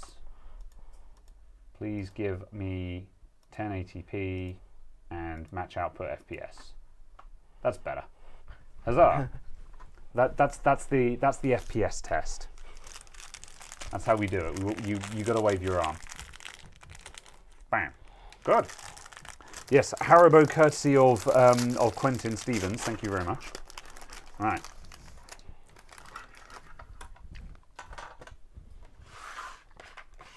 Okay, so this Xbox controller has one of the sticks is. Oh, that's locked out of place because the sticks will lock at full lock when they don't have the covers on. However, apparently it's got drift, basically. It has the deja vus. So I'm going to finish. The customer did start taking it apart themselves, but because they bought new sticks, but then they took the controller apart and realised that it was not a small job to remove the modules. So now I've got to do this. And I'm not sure if it was a good idea to try and do this on the podcast, but this is where we live now. I'm I do want to get more practice on this because I do get lots of requests. I still can't decide if this is something I want to do as a service or not, because the problem is just like, you know, the effort it takes to replace these sticks is, and like, what's the maximum I can charge? £30? Because the problem is that when a new controller is 40 or 50 quid, you know, like, the best you can charge for that is £30. Otherwise, they're going to be like, I'd just buy a new one for like £45 then, and then I've got a brand new controller. So really, it's just 30 quid is the most you can possibly charge, and especially if that includes the cost of the modules as well, you're just not making any money on it. And while there are people in the YouTube comments that seem content to not make any money, I, however, am in business to make money. Like, there was someone who commented on when we did the graphics card repair stream, where they were just like, oh, you can't charge more than 20 quid for that, or something like that. And I'm just like, why are you even getting out of bed if you're charging that little? Like, you got to make money, man. Yeah. You know, yeah. But obviously, we're always playing that game. We're trying to offer good value for money, but at the same time, we're in business to make money. You got to earn your living. I mean, if you could strip the controller, replace the thumbsticks, and reassemble the controller in less than 15 minutes, yeah, £30. That's it. And I think the last time when I did a video about doing this, there were some people that said sort of, oh yeah, I got this down to 10 minutes kind of thing. I'm like, sounds optimistic, but you know, let's pretend that they're more like 15 to 20 minutes. That's still pretty quick, you know. So, but if you can do 4 an hour, that's it. So that's the thing. I'm saying you need to be doing 4 an hour. Yeah, I'm kind of thinking that if I can just get this down to an art, because like that's my strategy for like I've got lots of people calling me up asking for Xbox and PlayStation HDMI port replacements, which is why I've been practicing that. Yeah. And for those, obviously, I can be charging like 60 or 80 quid for that. I need to actually check what the going rate is. But doesn't matter. Yeah, I guess to it. Well, yeah, maybe. If you say 80 quid and they say yes, I suppose. It doesn't matter if the going rate is 40. Yes. If you say 40 and they say no, they weren't going to say yes at 80. So you need to price it based off of what your actual costs are. True. Doing a job that loses you money makes you worse off. But if I'm charging high for something, I at least want to know that I'm charging high for something. Because I don't want to ask questions to which I do not know the answer, kind of thing. Because like if I come in and I say I'm charging 80 quid for a HDMI port replacement, and somebody is like, well, I saw someone who would do it for 40 quid, kind of thing. At that point, like I'm probably going to be like, sure, go and let them do it then. Yeah. However, in my mind, I'm just like, is that because I'm charging a lot, or because this person is nonsense and the other person who's charging 40 quid is just not making money? Like, if everyone else is charging 80 quid, someone says they'll do it for 40, you know what, good for you, you're undercutting everyone else. Yeah. Whereas if I'm expensive, I can justify that, but I want to know that I'm expensive. Yeah. You know, so that's sort of my rationale there, you know. Snip the potentiometers out, it's not that hard. Yeah, that's the method that I want to try on this today, because the last time I removed the entire module, and I do want to try and snip out just the potentiometers this time round. So I'm going to carry on disassembling this because it's only partially disassembled.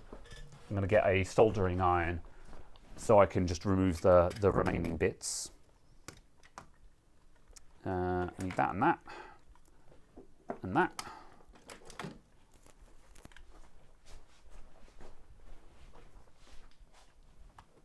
Oh, that charged concerningly fast. I guess it ramped up. That power bank was on 30% when we just before we started streaming, and it's now at 100%. And when I plugged it in, it was only charging at 20 watts. I'm like, didn't think that would get charged that quickly.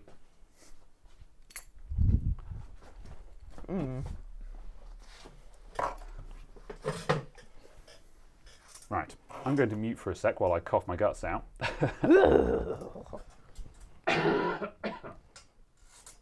Disease! Okay.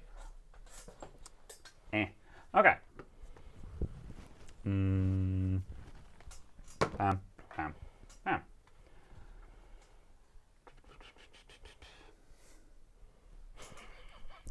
I was reaching and reading at the same time. Don't snicker at me. Snicker at you? Snicker, yeah. Do you mean snigger?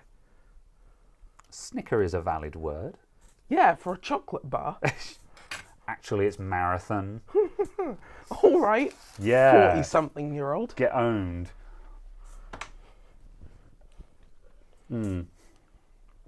What power bank model is that? This one is the BI-B63. This popped. How much were these when we found them? Someone Like in the 25 quid or something. Someone in the Discord found these on Amazon at like 25 pounds. It's a 20 amp hour. Oh no, 25 amp hour cell capacity anyway. 25 amp hour cell capacity, and it's got 65 watt output, 30 watt output, and a 22.5 Type A. So the fact that it can do 65 watt outputs is what made it attractive to me, because it means that it can run a soldering iron, which is super cool. And yeah, this was a great purchase. I used it just around the shop for when I just need to power something big and I don't want to trail a power cord somewhere. Yeah. Like I'm not going to carry that around with me. You know, it's a big chunk and it's too big and bulky. But it's I guess I carry it around like in a travel bag or something like that. But yeah, it's more useful as a mobile power source. Right, I'm going to desolder these. I need to desolder the vibration motors, and what are the other ones? Those are also vibration motors, I think, because there's the main rumble motors at the bottom, and there's also ones in the triggers as well. So just spot these guys off, then I can finish disassembling this thing.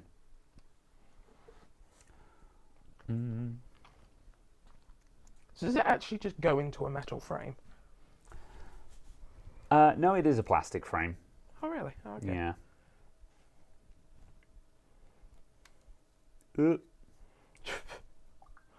This is way too hot.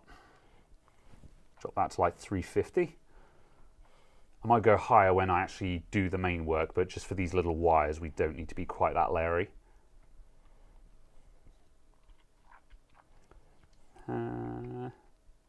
Get off.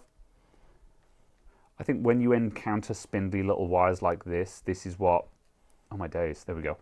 This is what puts a lot of people off of repairing small devices, because little wires like these, when they actually snap off, people would be like, oh crap, I can't deal with that because it's soldered.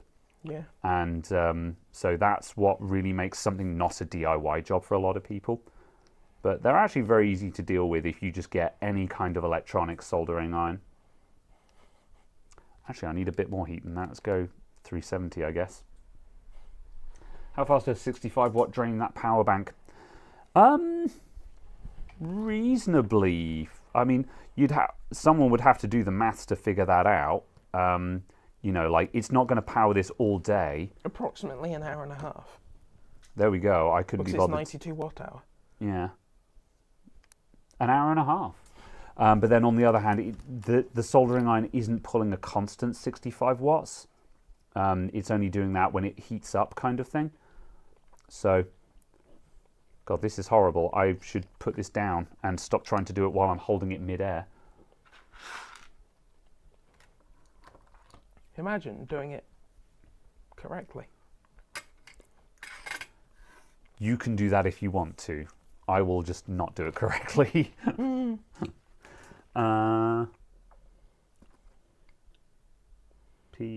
What is they? T5? Might be T6. Oh, it is a T5. Little action on 2. The what not? Little action on 2. Nothing on 3. Oh, right, yes. I understood that reference. All right.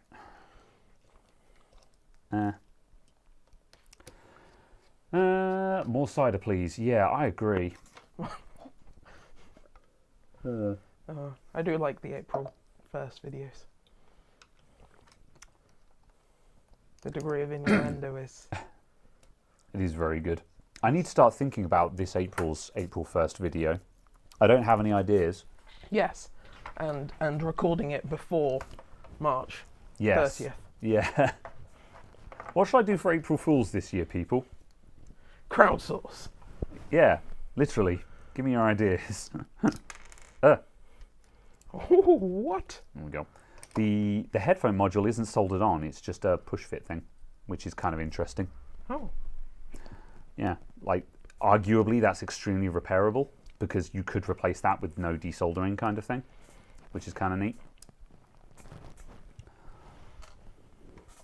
There we go. Right, so there's our module board. Oh, did a battery leak in this? Don't know, why is it a bit...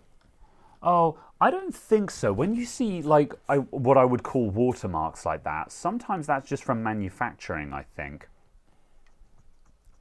It's just where there were just like some residual residues on the board that have just like absorbed dust out of the air over time or something like that.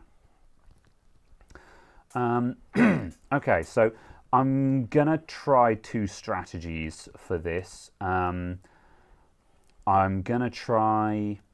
Firstly, I'm gonna try and just break out one of the potentiometers and just see how much work that is, because that's the strat that everyone says that I should be doing, is to chop out the potentiometers.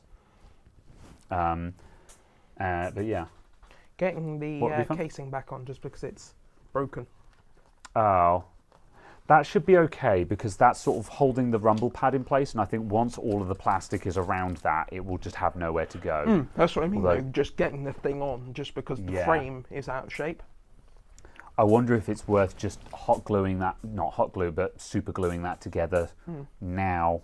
But right, I'm making this up as I go along. I'm just trying to see if I can just bend out that potentiometer module, because like before I desolder it, it needs to be detached, and because these modules are coming out, I can brutalize and slaughter these ones without fear because they're getting replaced anyway. So I can just check if that works. So that's come apart there. So you're trying to actually... How would you put that in? Like, do you put it in at an angle and then bend it in place? I'm not quite sure how this strategy works, if I'm honest. So what are you trying to actually do? So Explain it to me. the actual parts that have failed are these potentiometers on the side of the modules. Right. And rather than replacing the entire module, which has got 1 million pins on it, the strategy is to desolder just the potentiometers, because those are just 3-pin parts. So they're significantly easier to desolder. Try not to remove them from those yet, because they do just unclick. Oh, okay, yeah, that's fine. But I'm not sure how. But yeah, I guess you just solder it in sideways and then bend it into place. Because Well, why obviously, wouldn't you just click it into place and then solder it? you in, clear click the it into holes. place, solder it. Yeah. If you clear the holes, then yes, that would work. Yeah, that makes sense. Yeah. I think I'm overthinking this, and I just need to actually just do it, and I'll just be like, oh yeah, that makes sense. Yeah, let's try it. All right, I shall reflow Why these is joints. this extreme? Sometimes I look at things and just go, how about you break them differently? Go 380.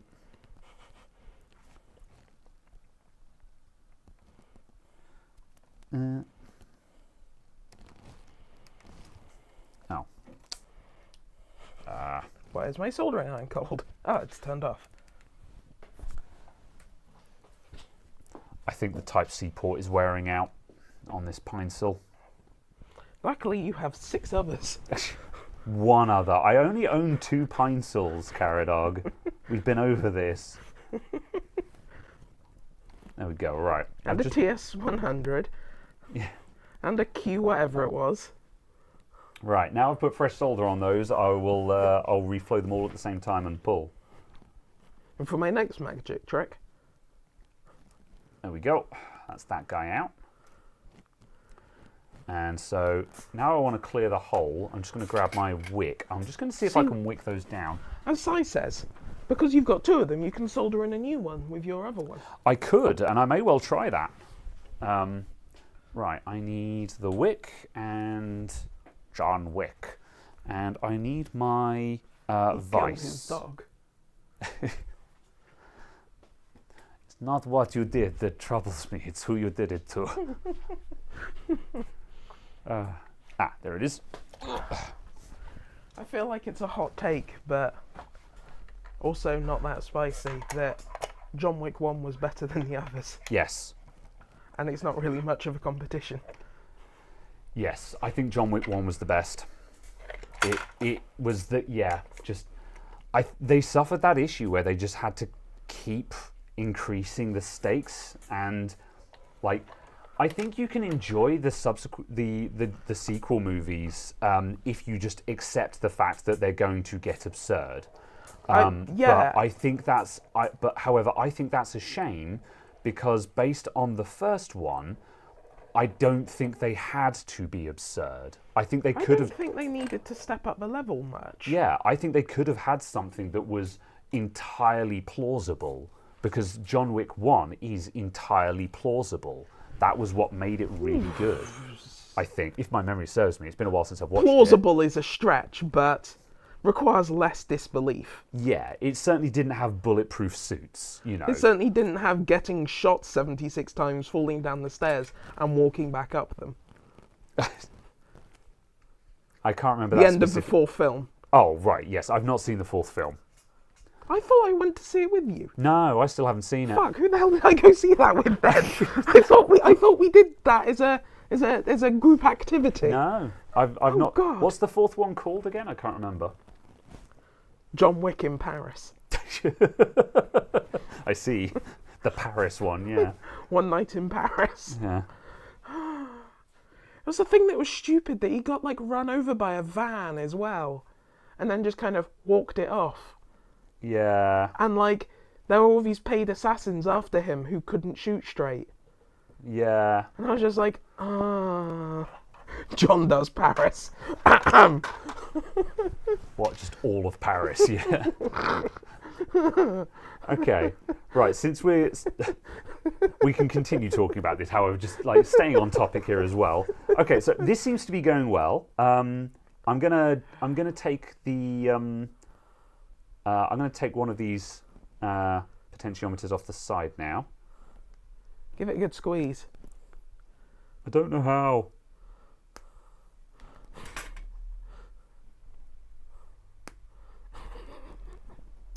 You just did this immediately, and I was like, "Oh my god, don't break it!" And you were just like, "Oh, it just falls off." He says, "What? You're laughing? What? Am I doing it wrong, or am I just being laughing bad?" at how much you're struggling. I did not have this difficulty. I just squeezed, and things happened. You must have a good grip. All right, there we go. I think yeah. I will say about John Wick 4, there were several scenes where I went, oh yeah, that's good. That's good cinematography. Oh yeah, that's a good system. Oh yeah. I wasn't paying attention to the film, I was paying attention to the production of the film. And as someone near and dear said, if you're paying attention to the production of the film has failed. Yeah, yeah. To an extent, Which yeah. I marginally disagree with, given on who I am as a person. Yeah, I think you can have an eye for things. I think you can have an eye for things and appreciate them. I understand the message of what they're saying there, but Yeah. Because it's because I get this in video games. When video games frame up certain sections or certain sequences, I'm just like, yeah, that's good framing. This is showing me something visually spectacular, and like this is directing my eyes to where they want me to be looking and stuff like that. It's like was it Half-Life? Alex did a couple of things like that, yeah. Where they had a sign on the wall that said, "Look at implosions, always look at the implosions." Yeah. There was just a poster on the wall or something. Because apparently in playtesting, everyone just turned around after setting a thing off, and all of the implosion animations they'd done were just missed by like 100% of playtesters. Oh no. So they were like, how do we fix this? But like in a funny way, stick posters up that tell people to look at implosions. Yeah. The name is just John Wick 4. Okay. It's also probably John Wick 4! Because it's got exclamation marks. John Wick for Justice. John Wick IV for all of the blood that they're having to put back into his body. Yeah. Yeah. Oh, I misread Farphone's message, and is Max Payne's shower time was fun. Not what it said in the slightest. It said slow time, as in the slow-mo in Max Payne. You know, bullet time. I've never seen any of the Max Payne games. I've heard they were very good, but I don't know anything about them. They feel like games that just wouldn't work very well today, just because of how old and to the system and the era they were, if that makes sense. Going back to them now, you'd just be like, I guess, kind of. Bullet time's not cool anymore. Yeah, they've lost some of their sparkle just because of the progress of time. In the same way that watching The Matrix today doesn't have the same... Yeah. When you watched it in 1999. Yeah. Something funny happened. I've been watching... I've watched a lot of Dan Olsen, who is a YouTube... He's the guy that makes Folding Ideas. Which went viral for which went viral for Line Goes Up, the problem with NFTs. He's the guy that did that video. His channel is actually very, very good. Go and watch his other stuff. In his very early works, he did a sort of a review of Matrix Revolutions, and it's actually extremely funny because he straight-faced reviews, summarizes the plot in sort of review style, where he says it where he's explaining the movie to a friend kind of thing, but he explains the entire movie just without all the Neo bits in it, and he's just like, oh, you see, well, there's this guy he's just gotten off of the ship that he flies with, talking about Link. Link comes off. He's just come off his ship, and his captain is completely insane, so he wants to transfer to a different ship, and so on. And he's just explaining all of this. Explains the plot. Explains the war, and it's like, oh, the machines are drilling in, and they do this, and they do this, and he explains the whole film. And he's like, and it's just a really good, tight action movie, and nothing else happens in it.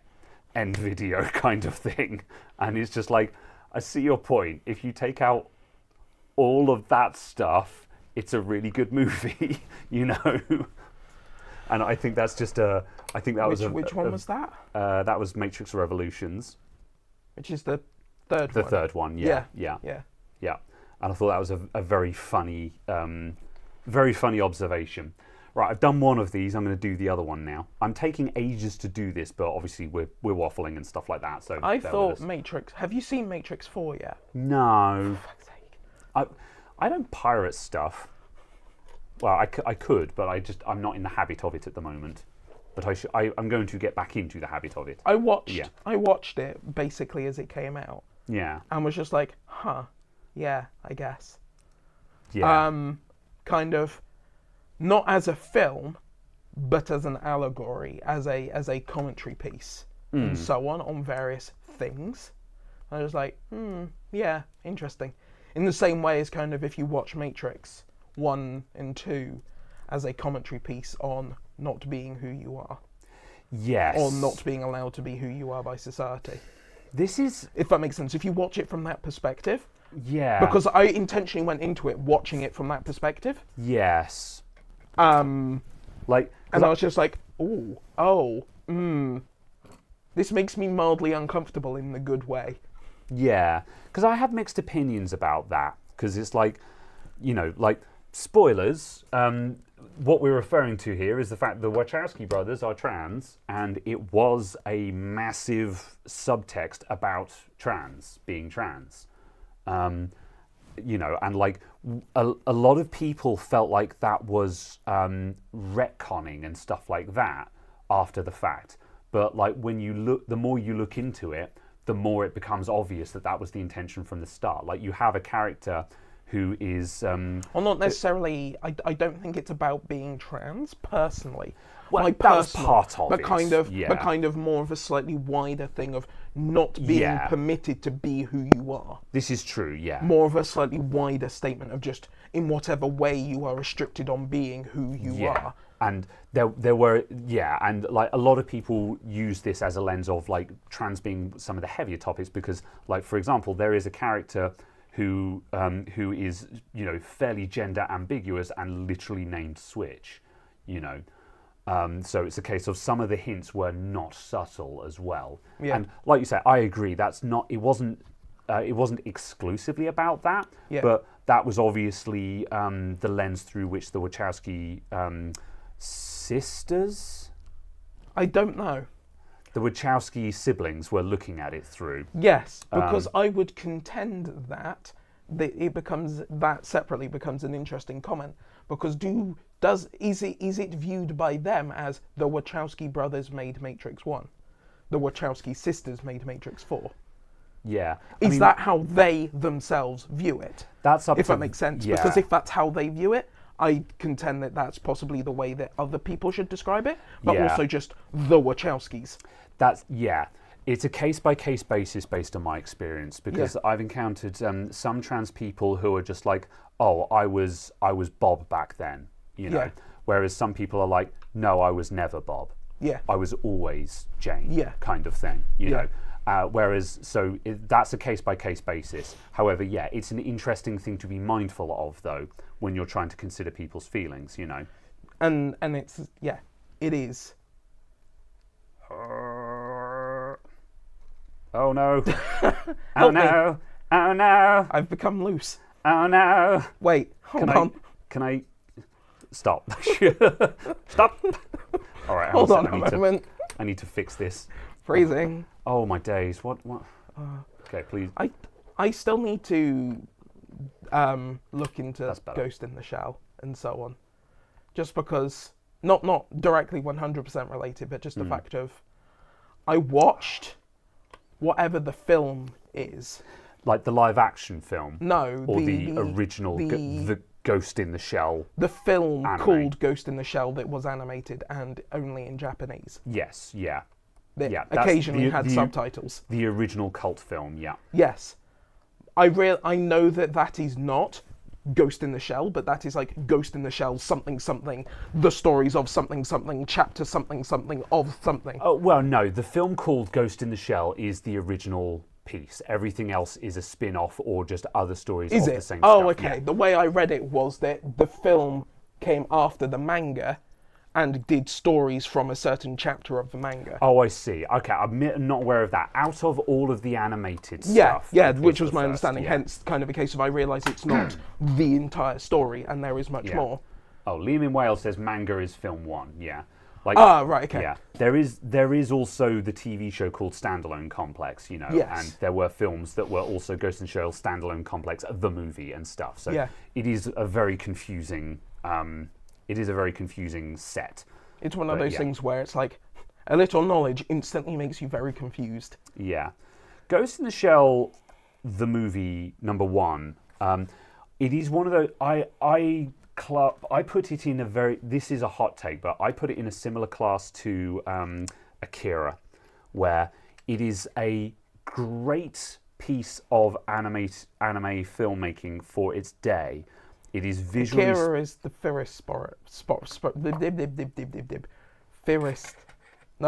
forest spirit. Yeah? No. Is that Akira? No. Akira. Wait. How to describe Akira? Wait, what am I thinking of? Akira's the one with the gangs riding motorcycles through the streets of Tokyo in the opening scene. Oh. No. Famous motorcycle chase scene, because you know it was an animated movie night scene with lots of blacks in and stuff, animated by hand in wands, kind of thing. You know, like mind-blowing production for its time. Absolutely astonishing production of a triumph of animation for its era. But the movie is also very strange, and the story is very strange, and a lot of the time you watch the story and you're like, I get what's going on, but why? What are we trying to convey with this kind of thing? That's kind of my... I don't think Akira is... I think Akira is a very impressive production. I don't think it's a very good film. That's basically my hot take. Now, Ghost in the Shell suffers similar issues. Not to the same extent as Akira, where it's an incredible production, but not a huge amount really happens in Ghost in the Shell, in my opinion. So, you know, and like I think there is other content from the Ghost in the Shell universe, like the standalone TV, the standalone complex, the TV anime series, I think is much more representative. They do an awful lot more with it there because you've got like 30-minute episodes of what-if scenarios featuring these characters where they've got a 30-minute window to do this scenario kind of thing, and it's a lot tighter, a lot more to the point, and gets a lot more done in a shorter time span, and they've got 30 episodes, so there's many more stories to it. I think that's much better, personally. However, yeah, as I say, Ghost in the Shell is one of those sort of moody movies where you have to appreciate the production and the moodiness and stuff like that. And if you like that kind of thing, then you'll gel with it. But if you're like wanting like story, a lot of the story is very obtuse. And you're like, okay, why are we doing this now? Why did she just do that? That seemed kind of pointless. It's like, oh no, that's just because she was trying really hard and stuff. It's like, yeah, but also she just tore her arms off and like she didn't need to do that. She could have just waited another 30 seconds for support to come, you know. And it was, yeah, I don't know. I will now read the chat and allow myself to be eviscerated by the chat. The story is very Japanese. Yes, that sums it up very well. Yeah.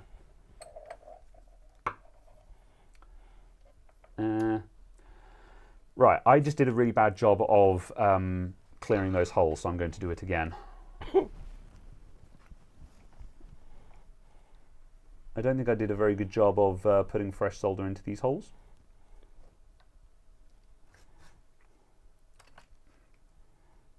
There's lots of burnt flux on this board.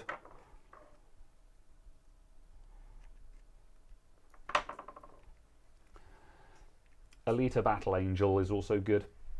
The real life movie wasn't bad. I heard that the real life movie was kind of bad, but I haven't seen any of it.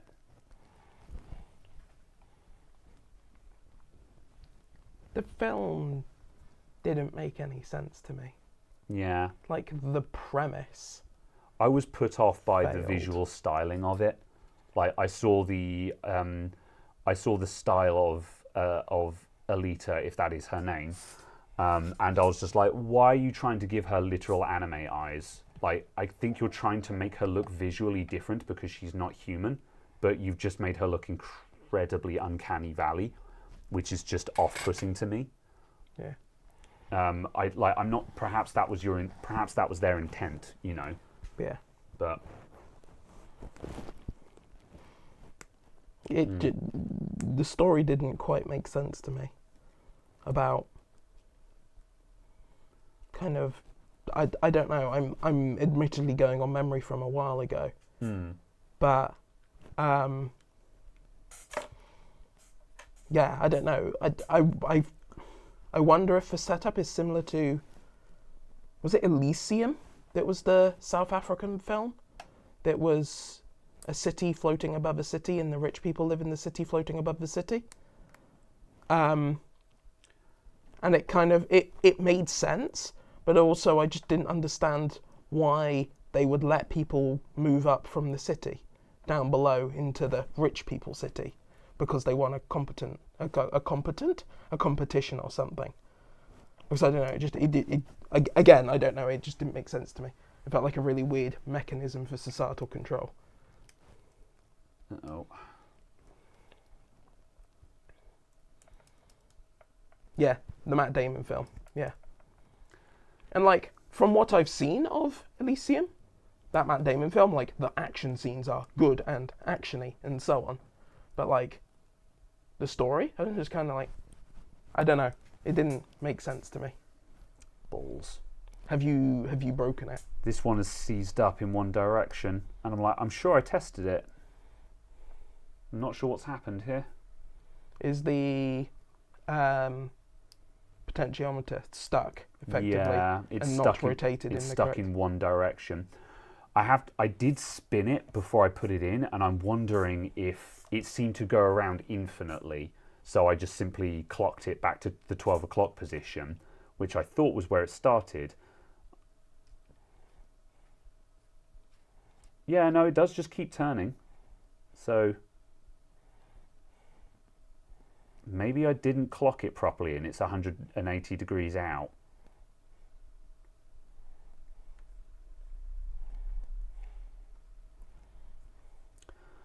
I've got no way of telling. Is there a visual cue? There is. What about space whales? Planets themselves have combined in an evolutionary way to harvest energy and formed Gattin space whales in energy-dense regions of the galaxy that float about and eat stars. I see. I see?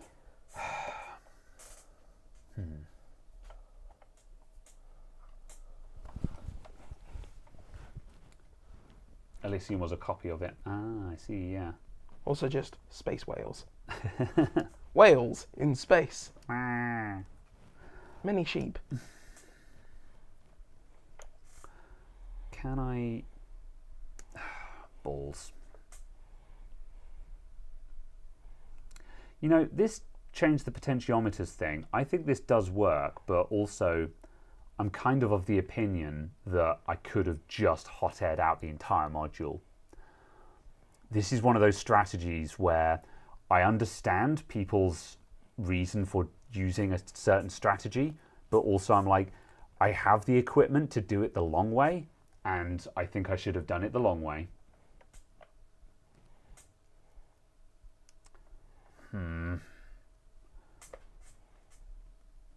Okay, let's finish getting the other one in.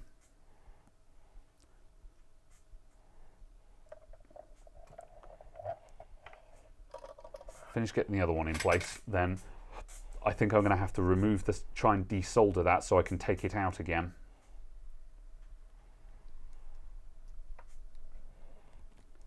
Change the whole thing is really the best way. Yeah.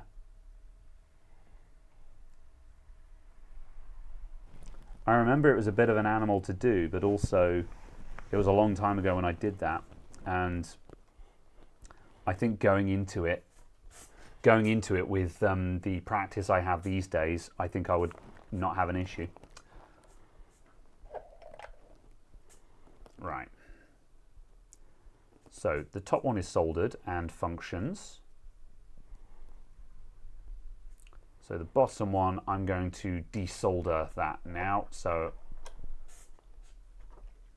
I'll just try and wick that out.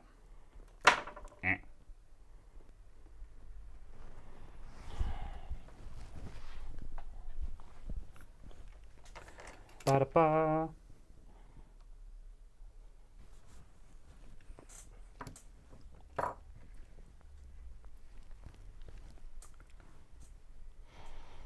So is it the potentiometer that has the issue with the stick drifting, just because it doesn't quite reset to 0 or something? Yeah, that's right.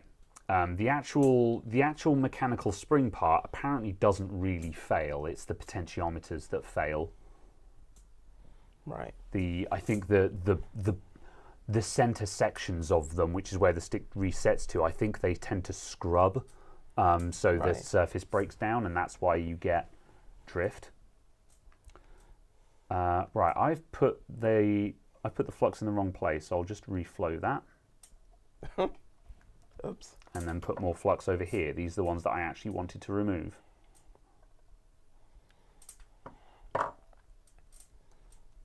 How much do you charge for key fob button replaces? I haven't done one for years, actually. I don't get requests for them very often. So but now and then people come in with just random things where they're like, this bit of wire has come off. Can you solder it on for me again, please? And I usually just do it for like a tenner or something like that.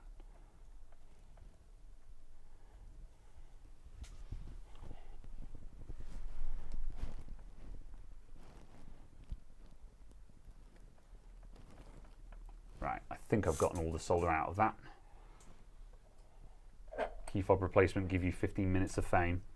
What, like with the customer? Yeah.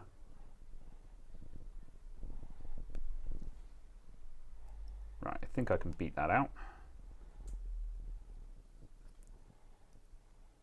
Yeah, that's still jammed in one direction. I can't understand what has happened there. So what's...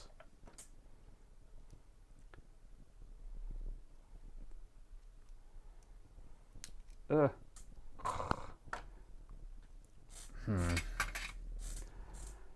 be amazed if this potentiometer works when I put it in, if I'm honest. Oh, come on, dude.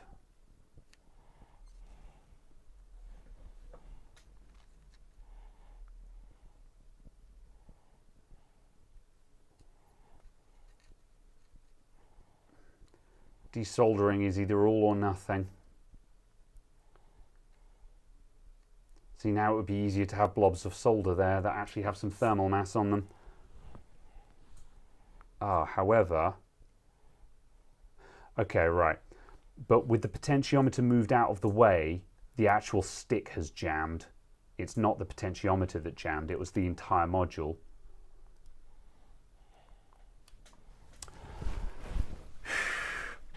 Right. What happens if you just force it? Given you probably have to replace it anyway. No, nothing. It's just bending the entire thing kind of thing in a very, like, no.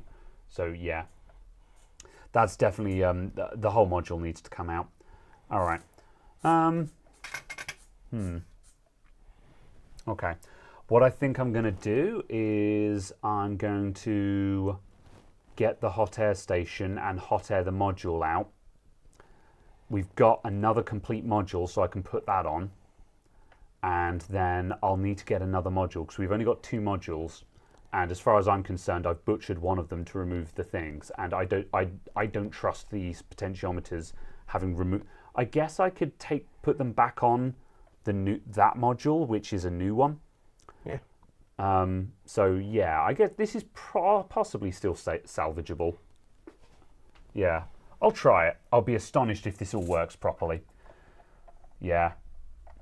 This is part of the practice. This is part of the learning process, though. You have to do practice runs like this on stuff to get good at it.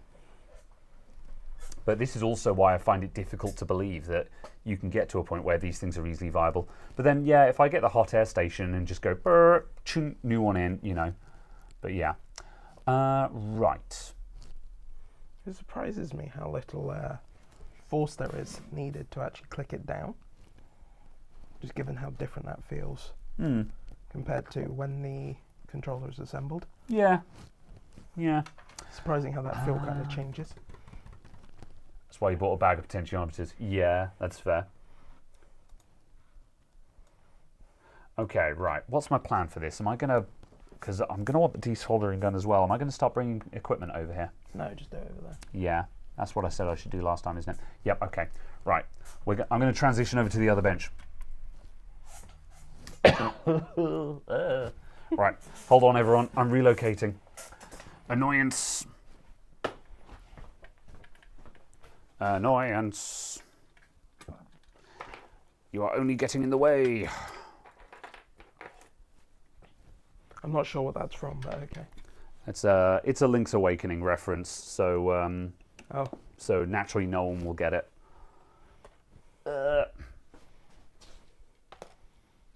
There's Wasn't that the seminal Game Boy game? Yes, a Link's Awakening fan game. I'm going to change to face cam while I move the bench cam. There we go. Hello, it's my back. Link's Awakening got a fan game port to PC this week. Oh, right. And the interesting thing that they've done with it was the original Game Boy version of it is in the map is divided up into tiles. So and each tile is a screen on the Game Boy. Yes. So every time you walk to the right, I was getting ready to get very frustrated with that for a moment because the cable was snagged and wouldn't unsnag. Right. So every time you walk to the right, it loads the next screen, right? So the PC port remake is seamless, so it just has the entire thing loaded at all times. Sensible. Makes sense. Yeah. So I haven't played it yet, but I'm very much looking forward to giving it a try. It lasted approximately 3 days before Nintendo DMCA'd it into the Stone Age, obviously. However, everyone has downloaded it already, so like, do what you wish, Nintendo. We have already won. Victoire. Yeah, which is obviously why it came out of nowhere with no announcements, was released under a brand new account, and was released as version 1.0 kind of thing. Because like, whoever made it clearly knew exactly what was going to happen and was just like, yeah, I'm putting this out there. It'll last a couple of days. However, you can't stop me now. Right. What do we need? Hot air.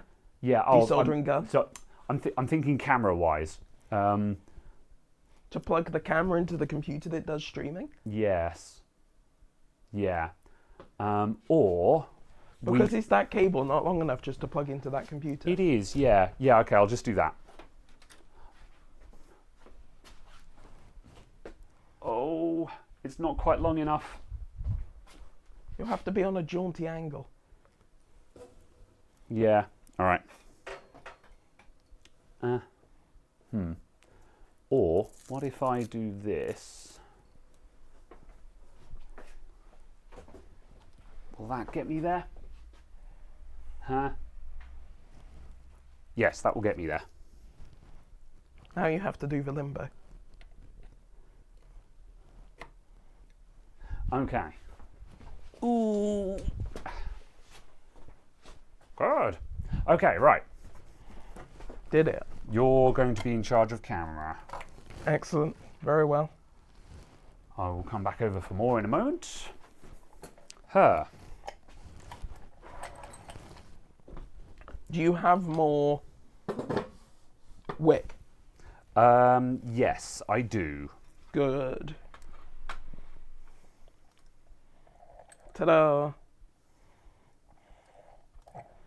There we go. Better. All right, so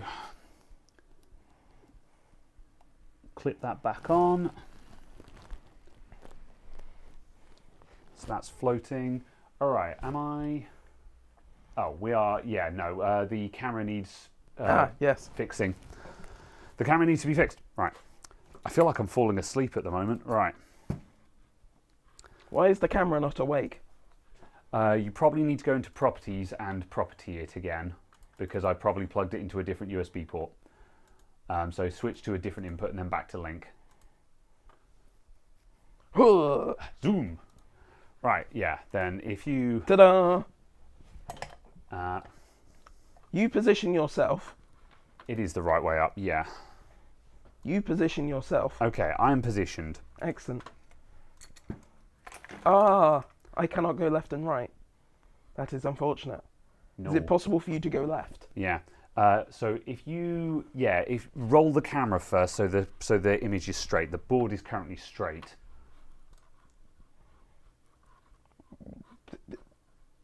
Come back on screen. Whoops, wrong way. Is it that one? Yeah, that one.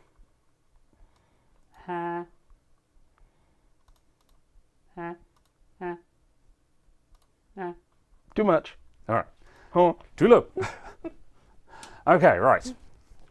I will now remove this entire module. So firstly, I'm going to plug the soldering iron in and reflow all the joins. Okay, right. Focus time. All right, for the 2 people in the audience who are still awake, let's get this done. All right, warming up the soldering iron again. So I'm now going to go over all of the joins. This is almost why I didn't want to do this on stream, but I was like, oh, I'll try it. Let's just see what happens. And this is exactly why I shouldn't have done this on stream. It would be fine. Yeah. However, sometimes you got to try things. Indeed. So, get flowed, idiot. Yes, breaking things on stream is expected.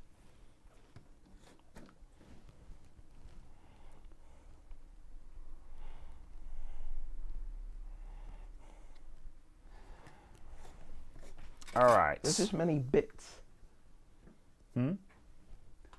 The entire module is many legs. Yes, it is many legs. This is why people do the potentiometers only method. It does make full sense, which is why I wanted to try it. But yeah, it doesn't feel like it works for me. Where have all my pliers gone? I can do you Oh yeah, a red side cutter and a blue nosy thing. the blue nosy thing is definitely the one that I was looking for. I'll take the red Excellent. side cutters as well. Excellent. I can also do you some car keys. Ah, yeah. A Windows 11 SSD. Ah. But And- wait, there's more. An ME SSD. Me! Alright, here we go. It's a me. I'm storage. Oh, this might be a nozzle off. Actually, this is a nozzle off. Is that hot yet? No. Good.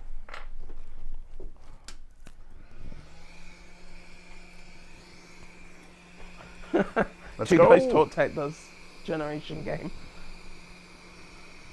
A washing machine. A cuddly toy. Yes.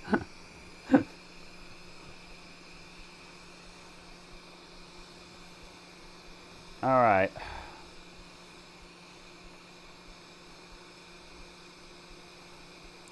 This is not viced up very well. When is it ever? It's true. It's what everyone's come to expect. Bam. All right. Right, I could probably wick all those holes down. There is only minor circuit damage. Minor? There's no circuit damage, it's fine. It's all just black and dirty. Yeah. It'll clean up, it'll be fine. She'll be right. She will be right. What are you looking for? Ugh, alcohol.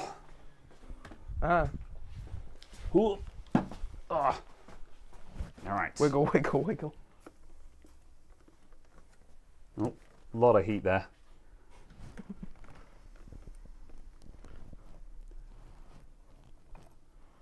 Don't know why I'm bothering to clean the board at the moment because I'm about to cover it in flux again anyway, but You're proving a point, aren't you? yeah, pretty much. Just showing that, like, look, it will clean up again. Right, let's put all of that to one side and get that in the vise It's fine, properly. we'll fix it in the edit. Yep, I'll just bullshit it like I do in every video. Right, am I still on shot? Yeah, good.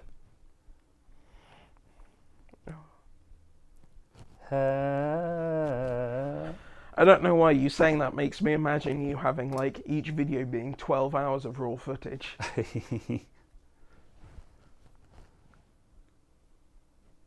Right, this is brand new wick and I've not used it yet, so I don't know how it behaves. It seems very thick, this wick.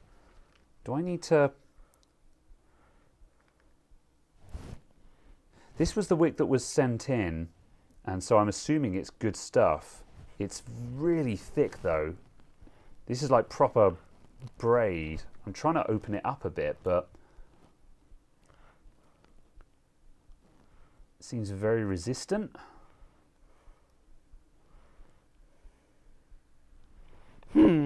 Yeah, that's not helping me. Okay, I'm going to switch gears and turn on the desoldering gun because that You will. used a tool designed for this. Yeah, A tool that I own. well, I was successfully clearing the holes over there earlier on with the wick, but I need some practice with this wick because it's different stuff. Maybe it's oh, is that a different size? Is there two sizes here? That feels like it's the same stuff. Oh no, I think that's different stuff. I think I might have been using like the big. I think I might have been using the thick, heavy stuff. You okay, babe? Oh dear. Alright, let's try that again. There we go. I'm muted and everything. Be Yeah. thankful. Oh, that's Oh, there we go. Oh, it's trying, but it's failing. Nope. Nope. Desoldering gun it is. Okay. Right. Is this guy ready to go? I'm waiting for the light to go out. The light that... Oh, yes. Yeah. There we go. All right.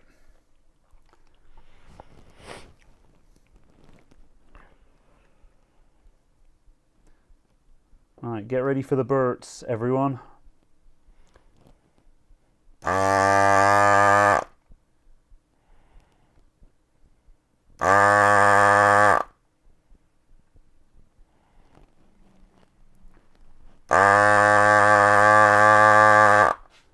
clear? Yeah. Oh, it's so good.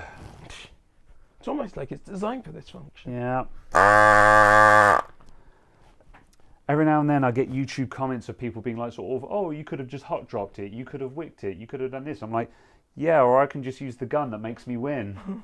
You know, it's just like these strategies are great when you don't have the tools, but like if you've got the tools, they work. An angry duck. It is, it's true. Sorry about the noise, by the way, people. This thing ain't quiet. It's okay, you're quieter than when you cough.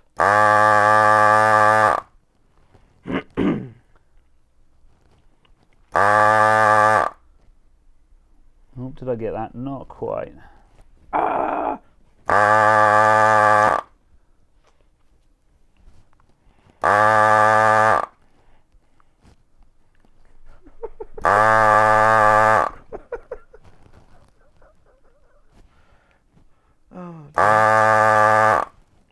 There are many ways to make a duck angry. There we go. So do you now have a new module? Right, we have... Where was the module that I pulled over here? Right, here is the... I've got the untouched module. So I'm going to put... Where's the one that I pulled out? That one. Yeah. So here is the brand new untouched one. So I'm going to put this on so this side is just done. And then what I think I'm going to do is pull out the other module, put these new pots on it, and then put it back in again.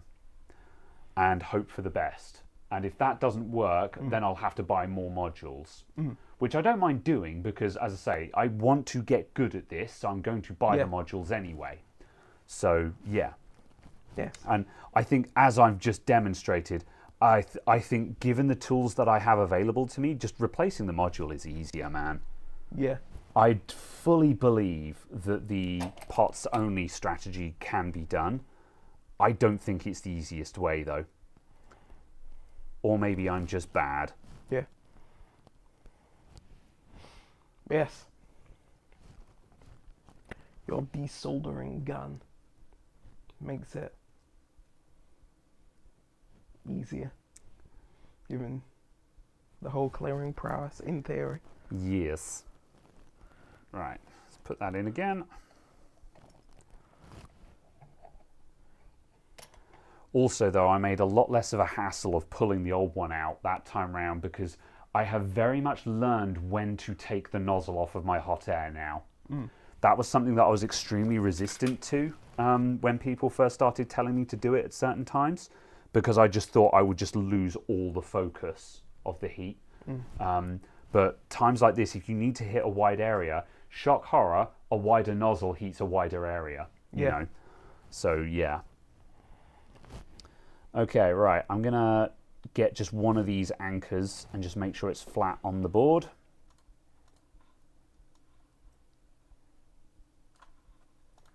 Pow. You somehow managed to drift into the bottom right of the frame. I see. So I was just like, move for camera. Appear somewhere else.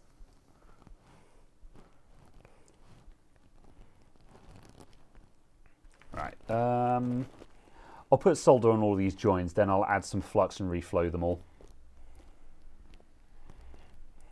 There's a little bit of flux in the solder, just not enough. Yes. Now to drift back to the top left and slowly chase me around the screen. What's Chase it? Oh, me, chase me. I'm just sitting here thinking, why am I having trouble with these joins? It's because the bloody cables come out the back again.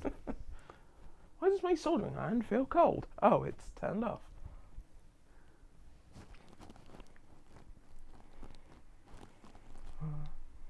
I also just need a new soldering station. I need the fancy one. Gotta get it. Look at that, cutting through it like butter now. I hope you're not cutting through it. In a good way, in a good way. Oh. Oh, that makes me think of when you did that SMD repair with the big old not electronic soldering iron. In that one video, I'm just like... There was a very controversial video that... Your 3 foot long iron. Yeah, so many people were like, oh, Antex is a good brand. And I'm just like, I wasn't rubbishing the brand. I was rubbishing that particular iron. Like, this is not the device required for this activity. That's it. The point was, this is the kind of soldering iron that you find that costs $10 in the electronics store. The fact that it has Antex written on it doesn't stop it from being a $10 soldering iron. Yeah. It was still completely impractical for the job. And the lesson was that when a lot of people who DIY solder will do so with a $10 soldering iron that they bought on Amazon. Yeah. And this was to demonstrate that it's just like, technically any iron can do the job, but if you get a good iron, it'll be an awful lot easier. All right, let's clean this area up now. Just drown that entirely now.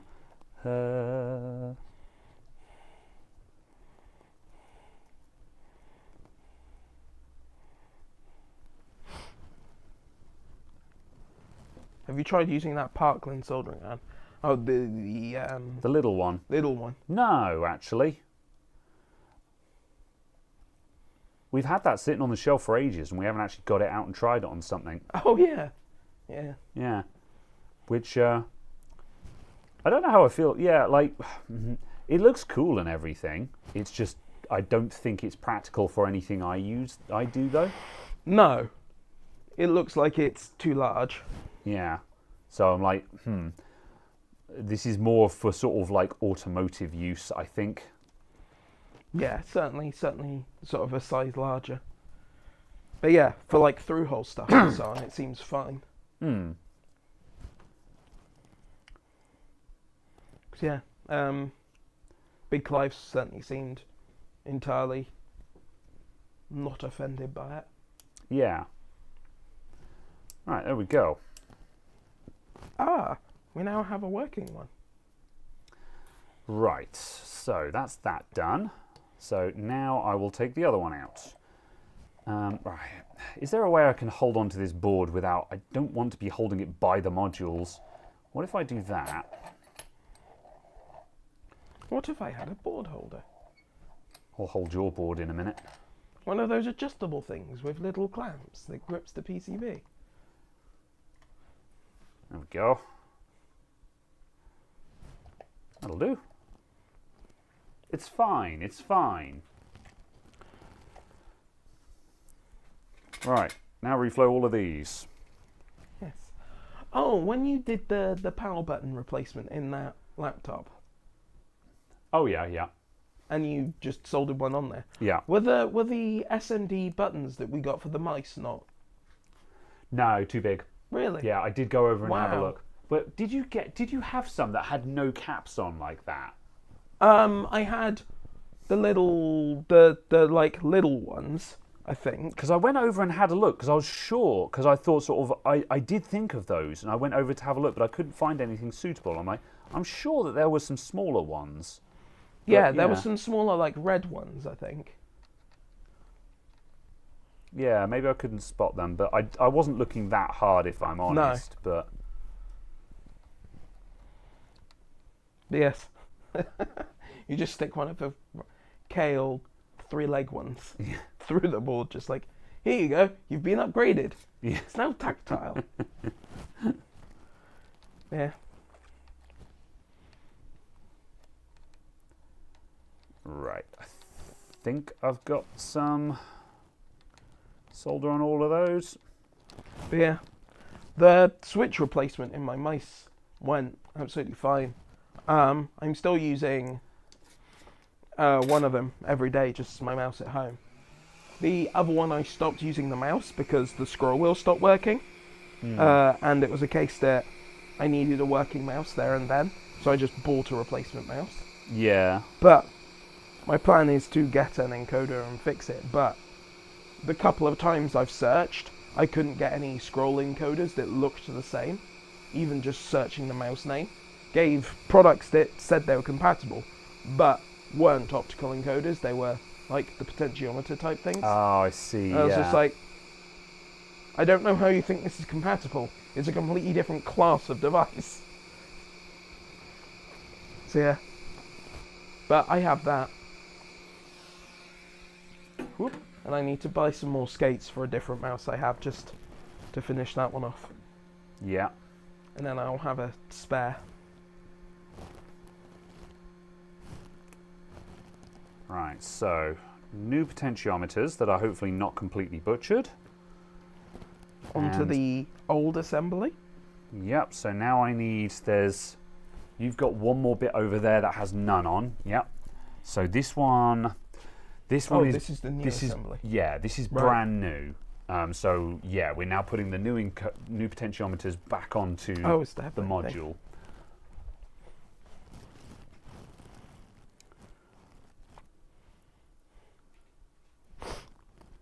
And just hopefully by resoldering this multiple times, I've not completely butchered it, but you can see where I've done some thermal damage to these already.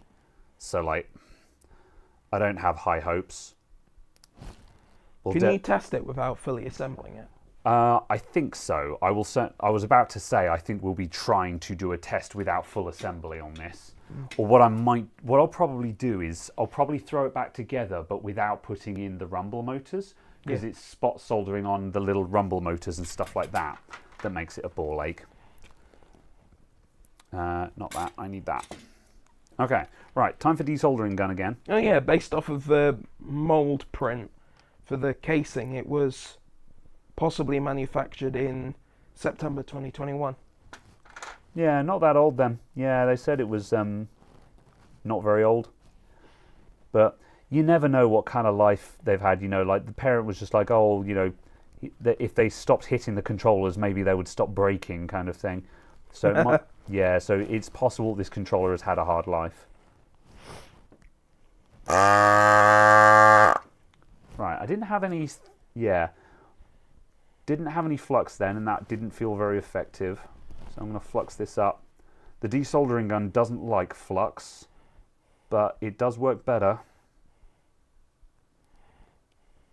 Just remember to do the correct holes.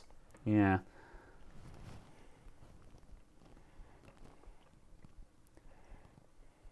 Needs a little bit of solder in it to get it going.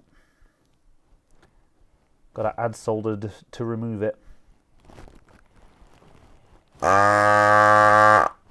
There we go, that's better.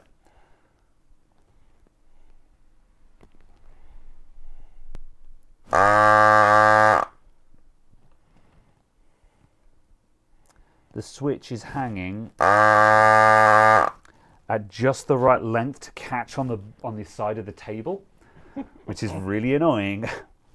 5 to 6 months. What are you doing to your controllers, Dave? Sorry. What are you doing to your controllers? Said Caradog. Yeah, 5 to 6 months.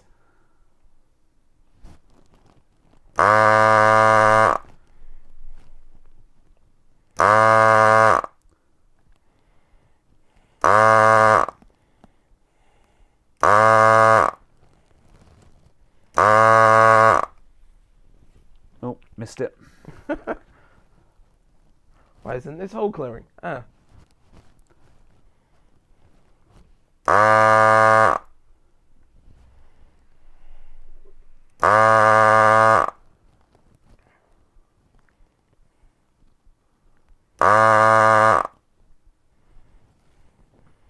How the hell do you break it in, 6 months?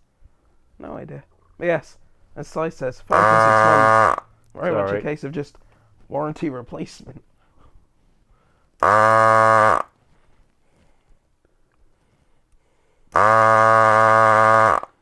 Yeah, certainly in that time frame, warranty replacement, yeah. Whew, okay. So theoretically I should just be able to push fit the module back in now.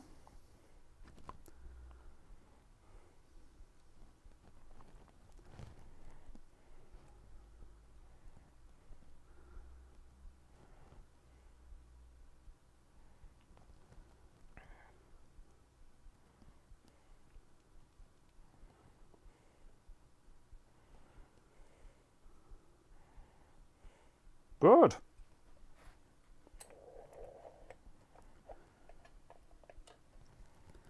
Yeah, my fingers are all sticky. They're all fluxy. Yeah.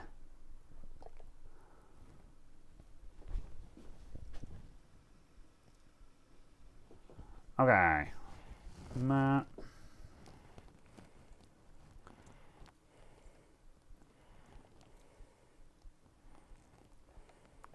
Flooding holes, lingering on the holes to make sure that the solder flows down the holes.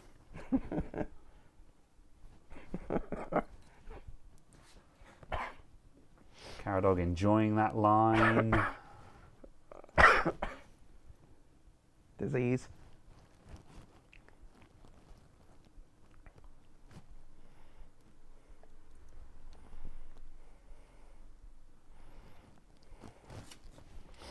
And reflow.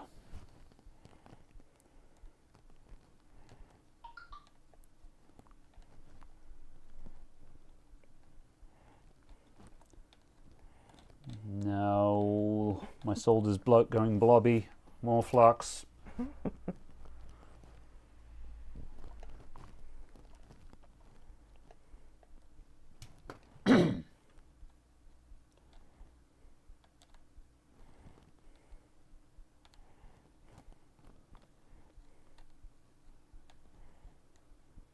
Oh, they all need fluxing actually. In a surprise to no one, the ones that have more flux on have definitely come out better. Flux everything. Yeah. There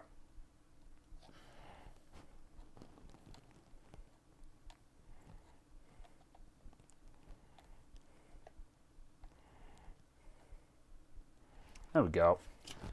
Right, is there enough solder on that? Yeah, those are good. Okay. Easy good.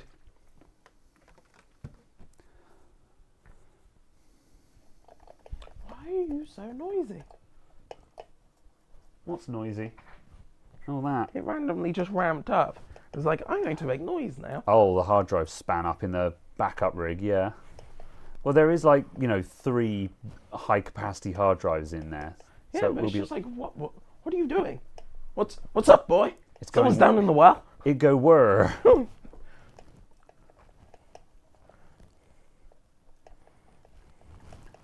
There we go. Oop. Good. There you go. And we'll only count that from when you did the hot airing. That only took 40 minutes. Yes. like that hot airing method went way faster. Like I think my time is better spent getting good at that. Yeah. Right. Coming back over here.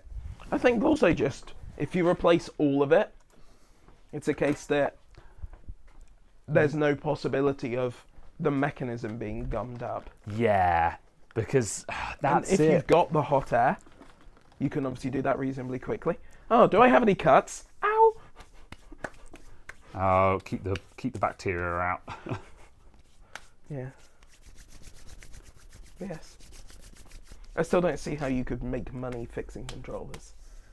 That's it. That's why I'm even now, like, despite everything, I'm still looking at this being like, I'm not sure if this is time well spent. Yeah. Like right now on the podcast,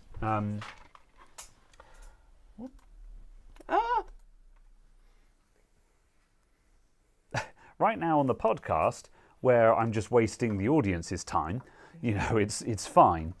But yeah, as a day-to-day thing in the shop, I'm just like, I don't see a world where this is worthwhile.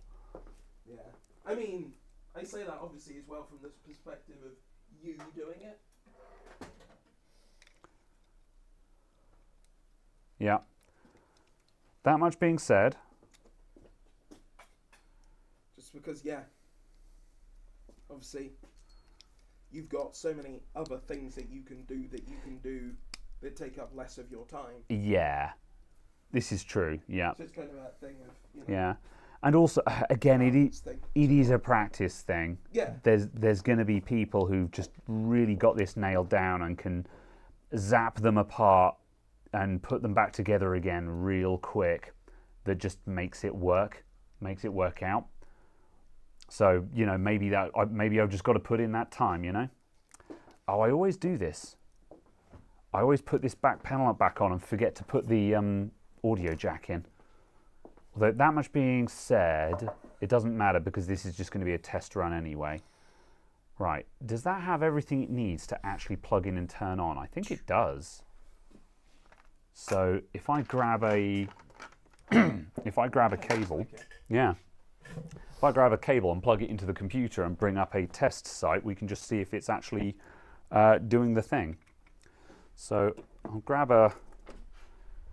Is that going to be long enough? That's not really long enough. Where's one of my little... Let's get that. Whoop. Oh, come around here and plug it in. Oh, we're so ill. It's okay, it doesn't help your shop is about 4 Celsius. I've got all the layers on. If you're cold, we can turn on the heater. No, I'm just saying, it doesn't help that. Yeah, I defeated cold. Makes you tired. It's true, yeah. Also, I've just had the wrong combination of like alcohol and coffee to the point that it hasn't made me animated, it's just made me sleepy. So I'm struggling this podcast. But yeah. Right. Okay, well, it's powered on. So if you're cold, just work harder. I would like to test my rumble functions.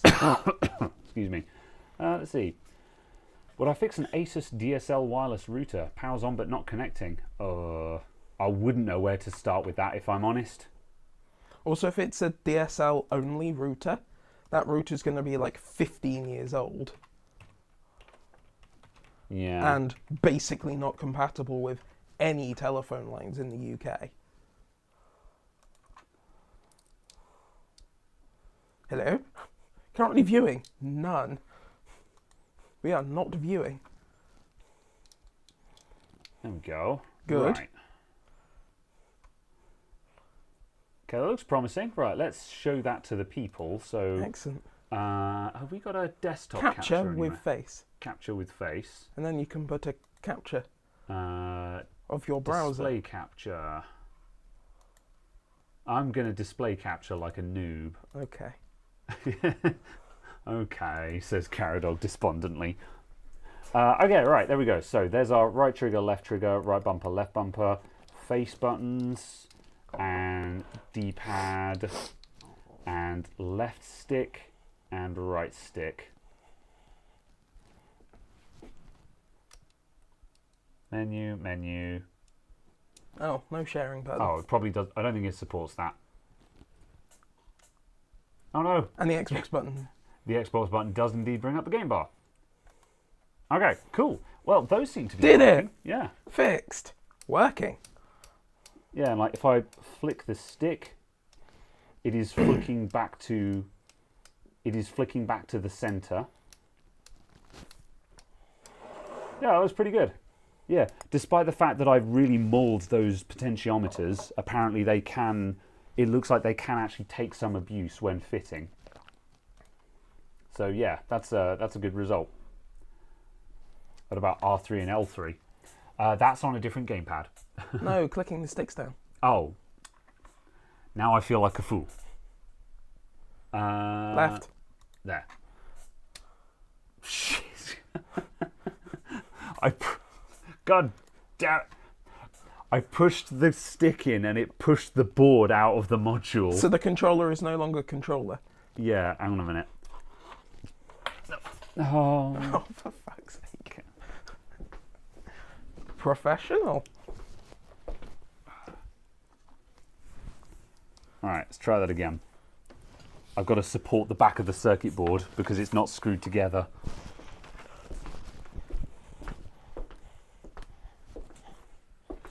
Right. Okay, right. Once again, still working. And left stick and right stick. Did it. Huzzah.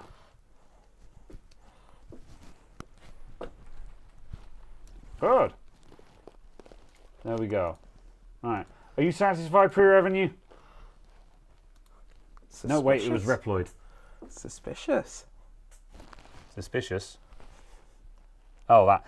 I don't know why there's so much goop on those. I think it's actually just whatever was spilt on that controller. That is very dead, that controller. It is turbo dead. It is filled with the suspicious fluids. Good, right. Well, I'm going to carry on reassembling this then, I guess. Excellent. Good. Try that website, which I've given you later. What? You'll see it's so good and precise.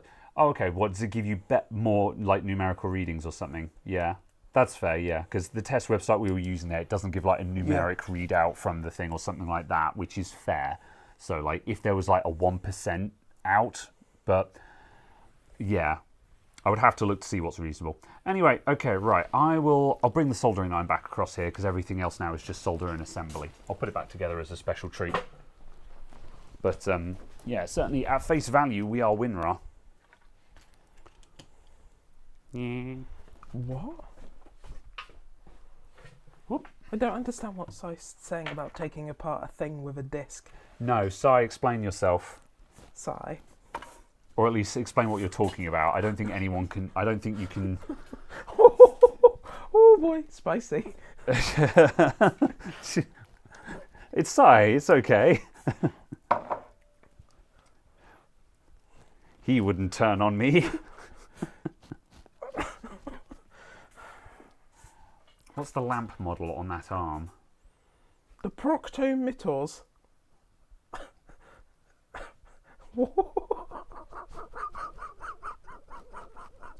The lamp. And also, what do you mean the lamp model? This? Yeah, I was going to say, like, that's This? a camera. This is a camera. Yeah. These are LED panel lights that are on a stand. LED, yeah. I don't know what anyone is talking about anymore. Sorry. No, up. Okay, don't tell me to read up. Just repeat what was last said, because I don't know where it was on the thing.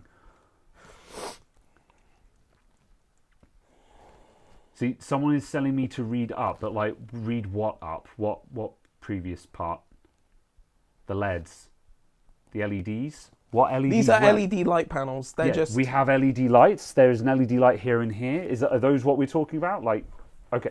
These are newer, yeah? Yeah, these are just newer LED, panel lights. The key lights on either side are newer LED lights, yes. Yep. You have to be specific Si because is I trying don't to know say what you're talking about. potentiometer.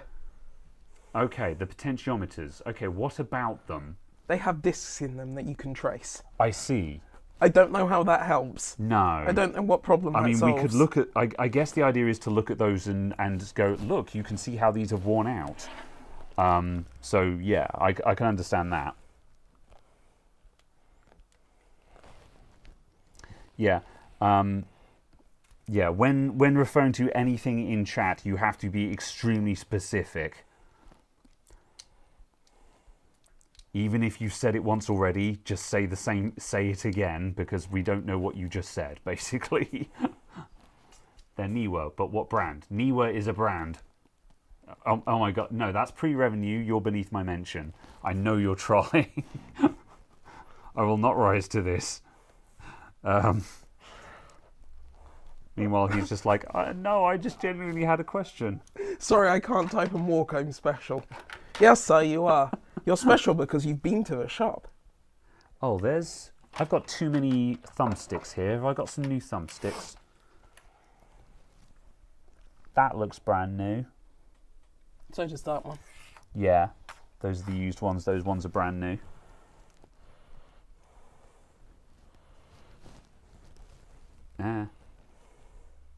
Oof, that's a lot stiffer to fit. Is it the correct way round? Yes. Okay. And I don't mean like 180 degrees. I'm not that tense. Honestly, with how fast my brain is moving at the moment, it wouldn't be unreasonable. All right. I don't want to know what Psy means by a sniff stick.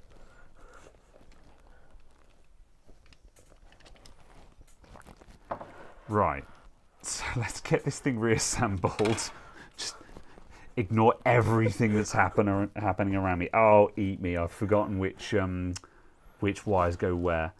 Right, the grey ones go high, and the red-black ones go low. Oh, balls! Someone who fixes these. Do the big motors go on the bottom set of pads or the top set of pads? I've actually forgotten. Help me, Obi-Wan. You're my only hope. Are they the same? No. One of them has a small rumble, the other has a big... Oh, no. Oh my God. I've done this so badly because I can't remember which side the big rumble goes on either now. Does it even matter, though? I'm not sure. Balls. Oh, my brain is elsewhere today. It really is. Google? Yeah. I think this is one of those times where you think you're over sickness, but you're actually still not, and your brain is just still filled with mush. And you're able to do things. Rewind the video. Yes. Stop streaming. Yeah, wait. Do not. Or maybe do. I don't know. It might be an improvement. Oh no. Let's see. Right. iFixit. Xbox controller. Tear down. Oh, I have a picture. Oh, you there already? Yeah. I've just brought the iFixit tear down. So. Never mind. Yeah. I thought I got tagged in something else. Because. Oof! Wow, the pictures on this are not great. All right, that's the money shot. That's the one that I need. There we go. Right, so when looking at the back, the smaller rumble goes on the left, which will be... Correct. No. Did I just take it out and put it back in again? No. All you have to do is make the thing in your hand look like the picture. You don't need to think. You don't need to process. This is why, as soon as we finish with every week when we finish with the podcast, I'm just like, I want to go home now, just immediately. This is why I'm like that, because this is the level of functionality that's left in my brain. We've just gotten there faster today. Right, and I was correct. The larger motors go on the lower pads. Bloody hell. Bloody hell, mate. Blimmin' Nora. Wow, this controller is in really bad condition. What the hell happened to you? This is like a special edition controller and everything, and it's just like the state of this thing.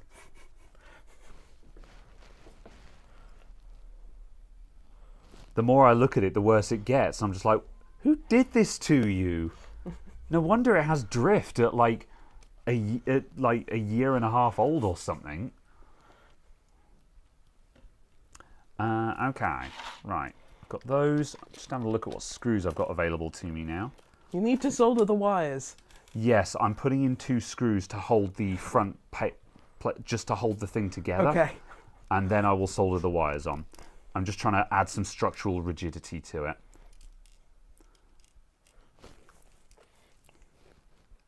But yes, I will solder the wires as a treat.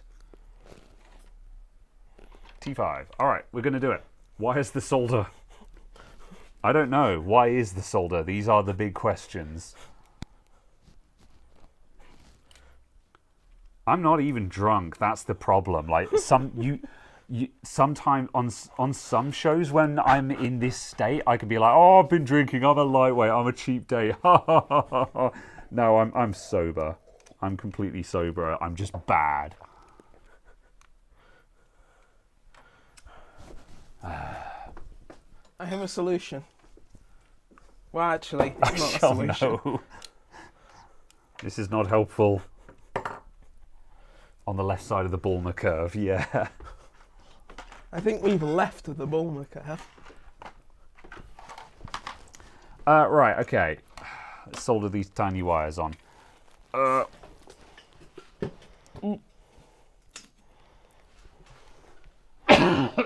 Oh, excuse me, everyone.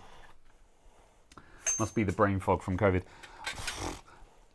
I have to confess, I've not done a test since I've been ill, and I probably should have. But like, I haven't lost my taste of smell, or I haven't lost my sense of taste or smell or anything.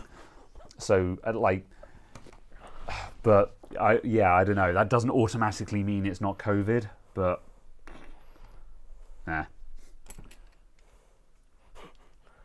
Don't do tests; it'll come out positive. Yeah, you can't have COVID if you don't have a positive test.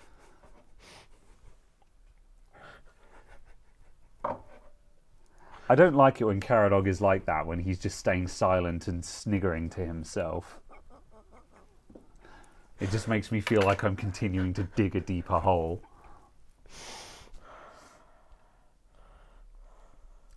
Right. I was reminded of a picture of someone who had a... Don't mind me laughing, I thought of a meme, yeah. So carry on. Who had a pregnancy test and sent a picture of it to their boss with the thing saying, "I can't come in, I've got COVID." I see. Okay, right. The reference picture I'm looking at is not identical to this controller, so I need to do a little bit of detective work. Okay, the grey wire is the positive, and the black is...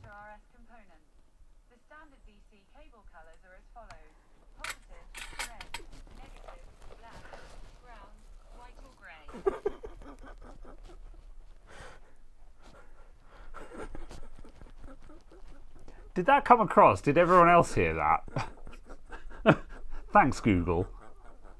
I need to switch that off. The amount of times my phone will go off while I'm listening to a YouTube video and it will just start putting whoever's speaking contents into that. I don't use Google Assistant. I need to just turn it off. I'm transforming into a turnip. It feels like that, Dave Weldon. It feels like that. Right. And I thought I was the one who was going to be struggling with being ill. I know, right? Have we got some tweezers over here still, or did I take those away? Oh, no, here they are. All right.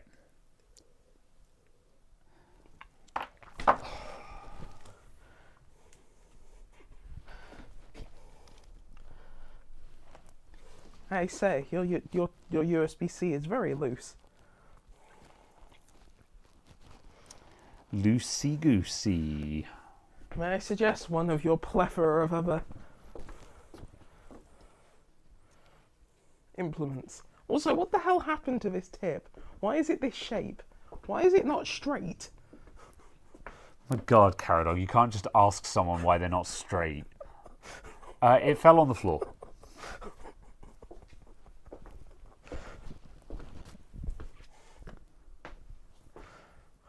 All right, I am winning. I'm soldering the wires on, everyone. I'm sorry this is not more entertaining. I'm very much I'm very much entering that, oh my God, let's just get through this stage.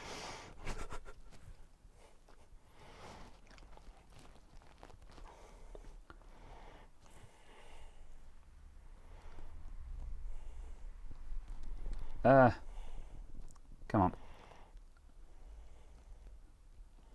Twist around to the right place. There we go. Boop. Right, that's one side. Did it? All right. Are we getting that? Fix the controller and you can go home. It's true. Google Assistant isn't real and it can't hurt you. Is No. Google Assistant in the room with us? Google, are you listening?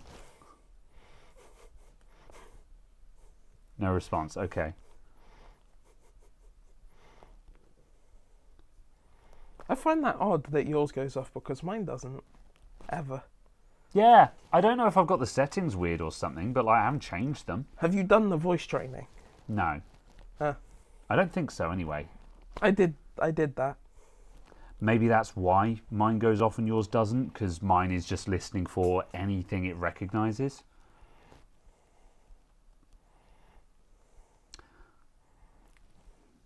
Come on.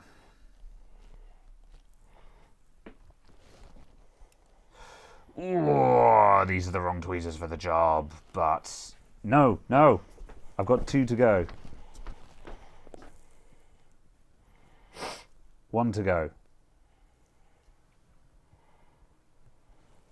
Man, imagine if this was organised. Everything is exactly where it needs to be. It's not. All right, it's done. Ah. Oh, what were you finding? 1.8 inch SATA to SATA 22 pin. I see.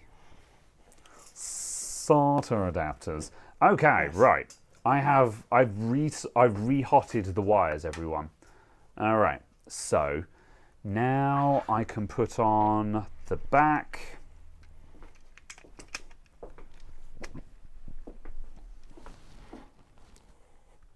And that has, oh my God, yeah, just like the more I reassemble this, the more I'm just like, who did this to you? What child of the abyss wielded you? If you're enjoying Graham Suffer, don't forget to like and subscribe. Ring that subscribe, hit that bell or something. Huh. Those screws don't go where I thought they did. Why not? It's hard to tell because a lot of the case Oh, I bits see. are broken. Oh, that goes through from that side. Okay, yeah, I've seen the mistake I've made. It's fine. Got some. Those screws are in the wrong place. It was fine for the. Yeah, it's fine. Those don't go into there. The back needs to go on first, apparently. That's not how I remember it going, but I think we'll keep SATA until we get, like, what, 8 terabyte consumer SSDs costing 200 quid. yeah. And at that point, we'll start seeing it phased out. What the heck has happened to those rumble motors? What the hell is going on here? Something's wrong. Something's very wrong here. Is it because it's broken?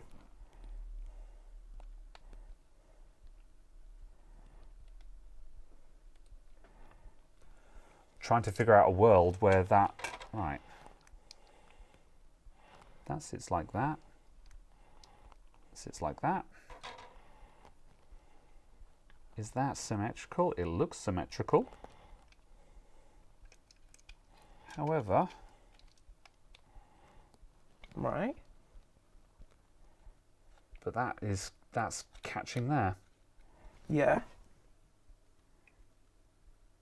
Yeah, that must be supposed to sit back, but Because then if this is broken. it's Because that plastic oh actually goes yeah, up like yeah, that. it does actually pull back a lot. Yeah, you're right. Yeah, Because the plastic's broken. yes. Okay, right. What can we do about that? Yeah, that makes more sense now. Okay, yeah. Right. What can we do about that?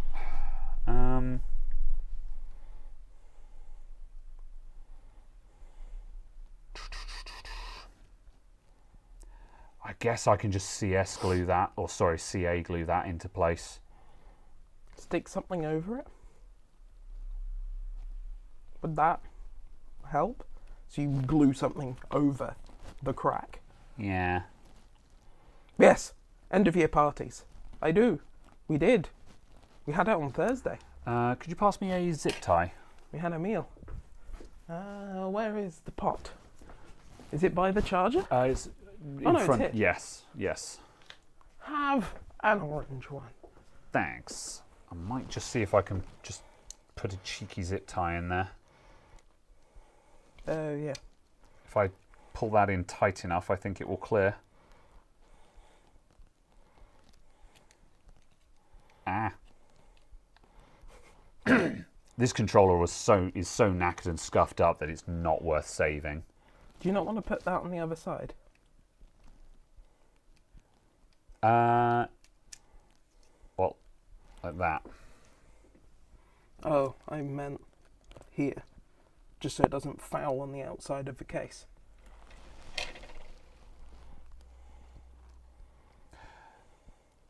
I don't understand.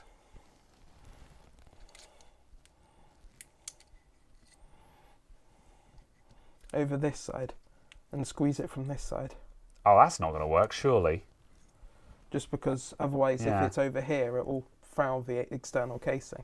Won't I it? don't think so, no. No, I don't think so.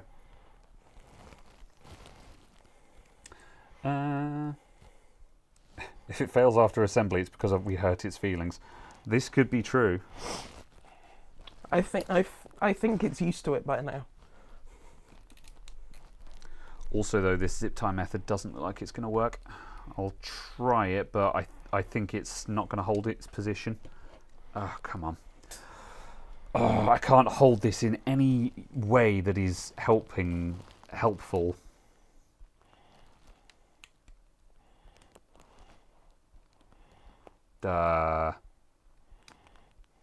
Okay, what if I...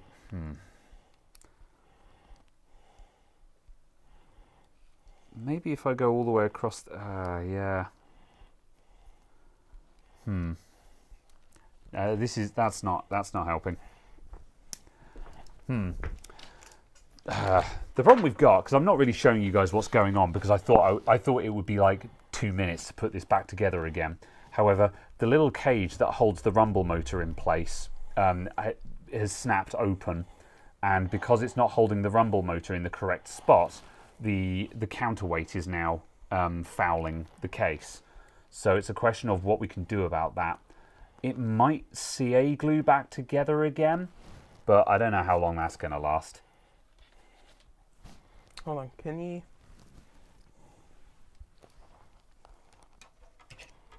I'm going to get all the screws lined up. There we go.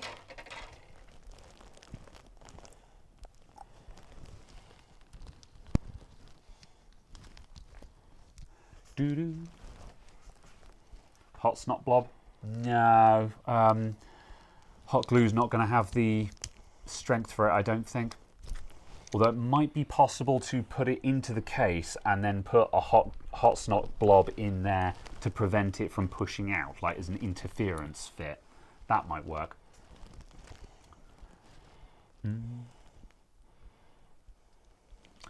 What's the background?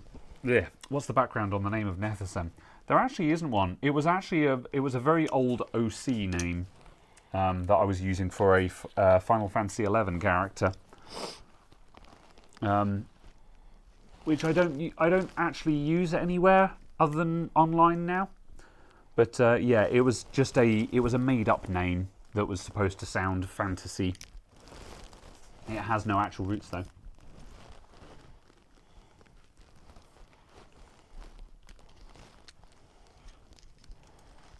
Do.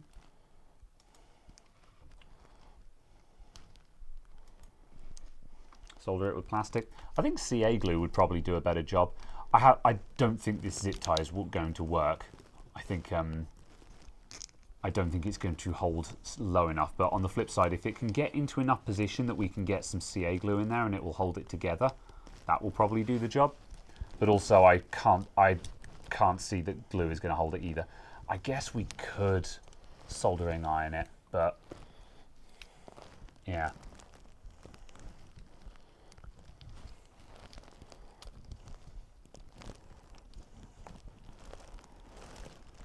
This is one of those annoying places where, like, in the video, I could just pause the recording while we fight with this.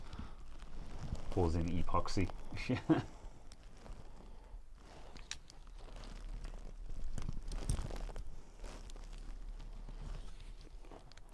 Are you winning, son?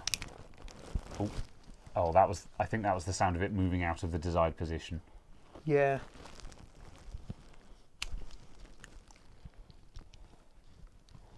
Yeah. Okay, I tell you what I think I'm going to do is I think I'm just going to rough fit it back in the controller just so we can put the covers on and go, look, it works. And then off camera, I'll need to actually take the covers off, clamp it and CA glue it and just see if that'll do it.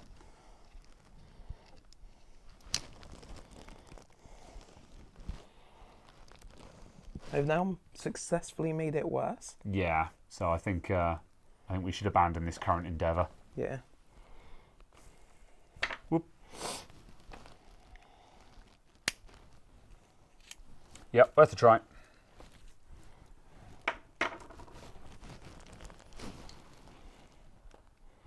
Yeah, I think CA glue will hold that. Yeah. Yeah, all right. I'll rough fit it for now, just so we can go, look, this is how it would go in. And then at least that gets us to some kind of conclusion today. Huh. Right, that's going to go on there then. Whoops, there we go, I think, somehow. There, that's better. All right, that goes in there. And those two smaller ones go down there.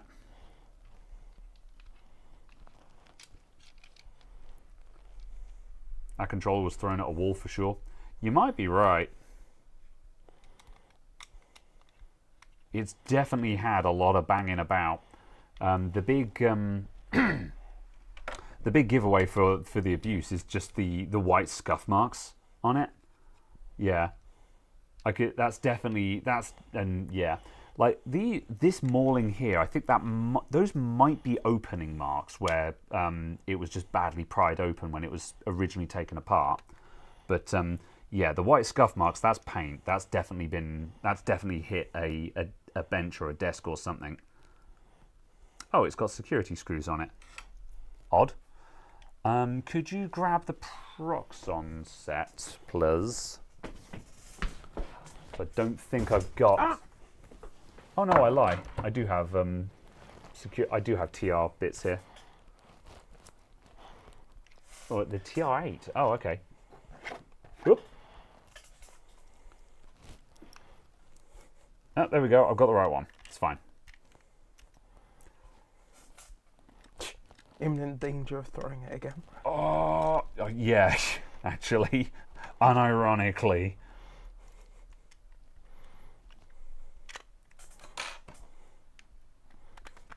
Whoop. All right, winning. There we go.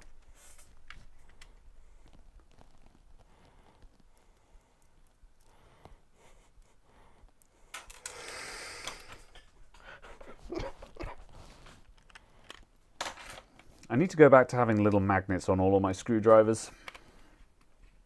There we go.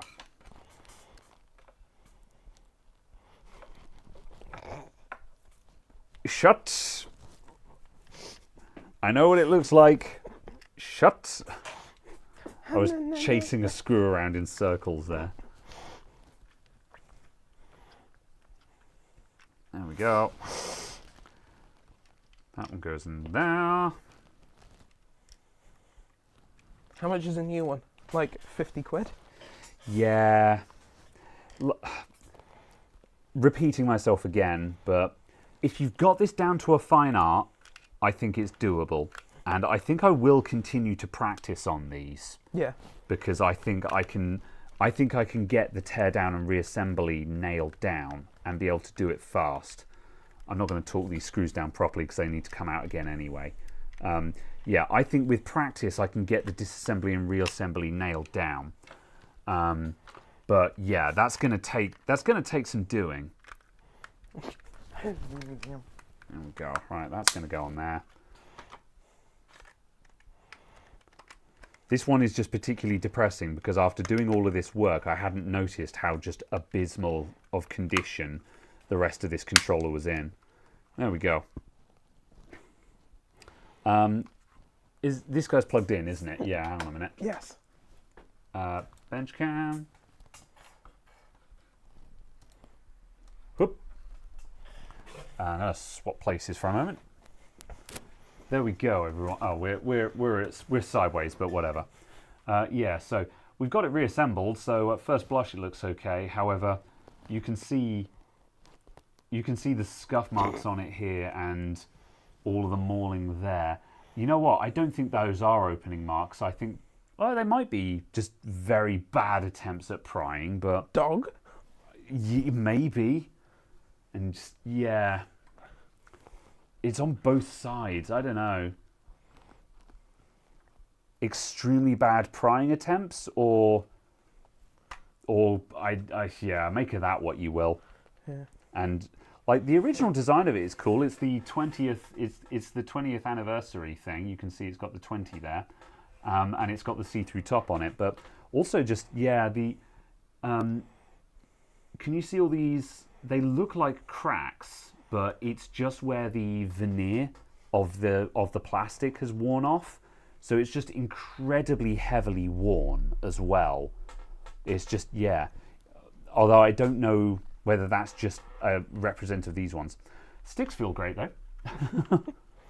See-through tops are cool.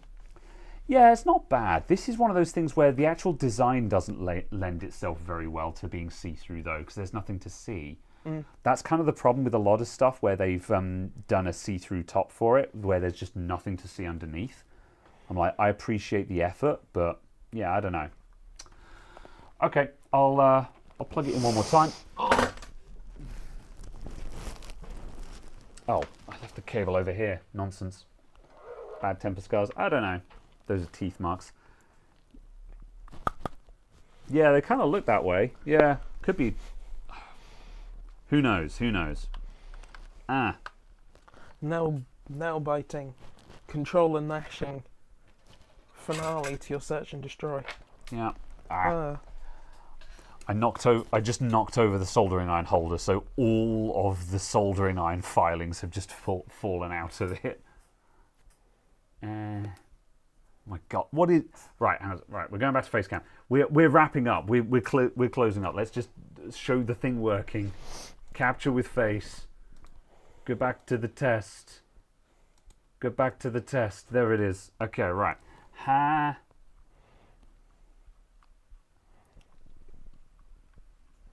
Left, right, up, down. Oh, that's still a bit sticky, that.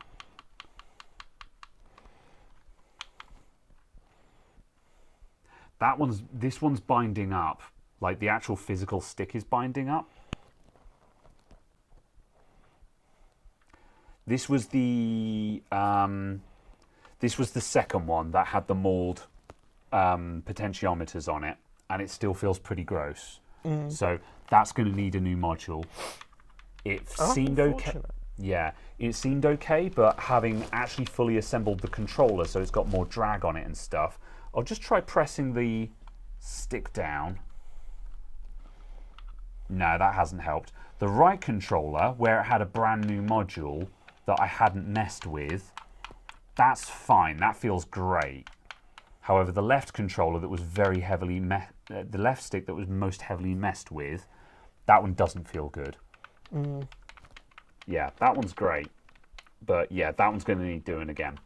We did not get away with that. So yeah, like it functions, but yeah, the actual spring and return is horrid. So yeah, it needs redoing. However, at any rate, I think as a practice run of actually saying what strategy is the one that I'm going to go with, Yeah. no brainer at all. Hot air, take the whole module out. Yeah. Yeah, Certainly for the safety of actually replacing just everything. that's it. Yeah. Cool. All right. I think it's time. To die. Yeah. We're at a point where I can be like, right, this is a stopping point. I can leave. We can escape. I can escape. We can leave. We can go. It can be over. Yeah. Can you get replacement housings? You certainly can. You know, like if one was so inclined, you could replace all of the plastics on this with new ones in any color you like, and you can, you know, you can buy them all online. It's not economically viable to do. Like if we were to, by the time we've bought new housings and stuff for this, you definitely paid the cost of a new controller. So yeah. I think it's a waste of money to replace housings and stuff on Xbox controllers, because like you can get like custom colors and stuff like that. But again, I don't think it's worth the money, because yeah, replacement housings and stuff. Even if you pretend it's like what, £10 for a new front cover and back cover and stuff like that, £10 for that. You've got the new modules plus labor. It's just like no, absolutely not. But you could do it though. You know, you could replace all of it. So, yeah. Next video will be out on Tuesday. But yeah, brain dead like the stream. Yes. Right, I'm getting out of here, everyone. Thank you for tuning in. This one was... a trial. Yes. But we made it. We're at the other end. Yes. So thank you for tuning in. Caradog is forcibly ending the stream. Goodbye, everyone. I love you. All right. Oh, okay.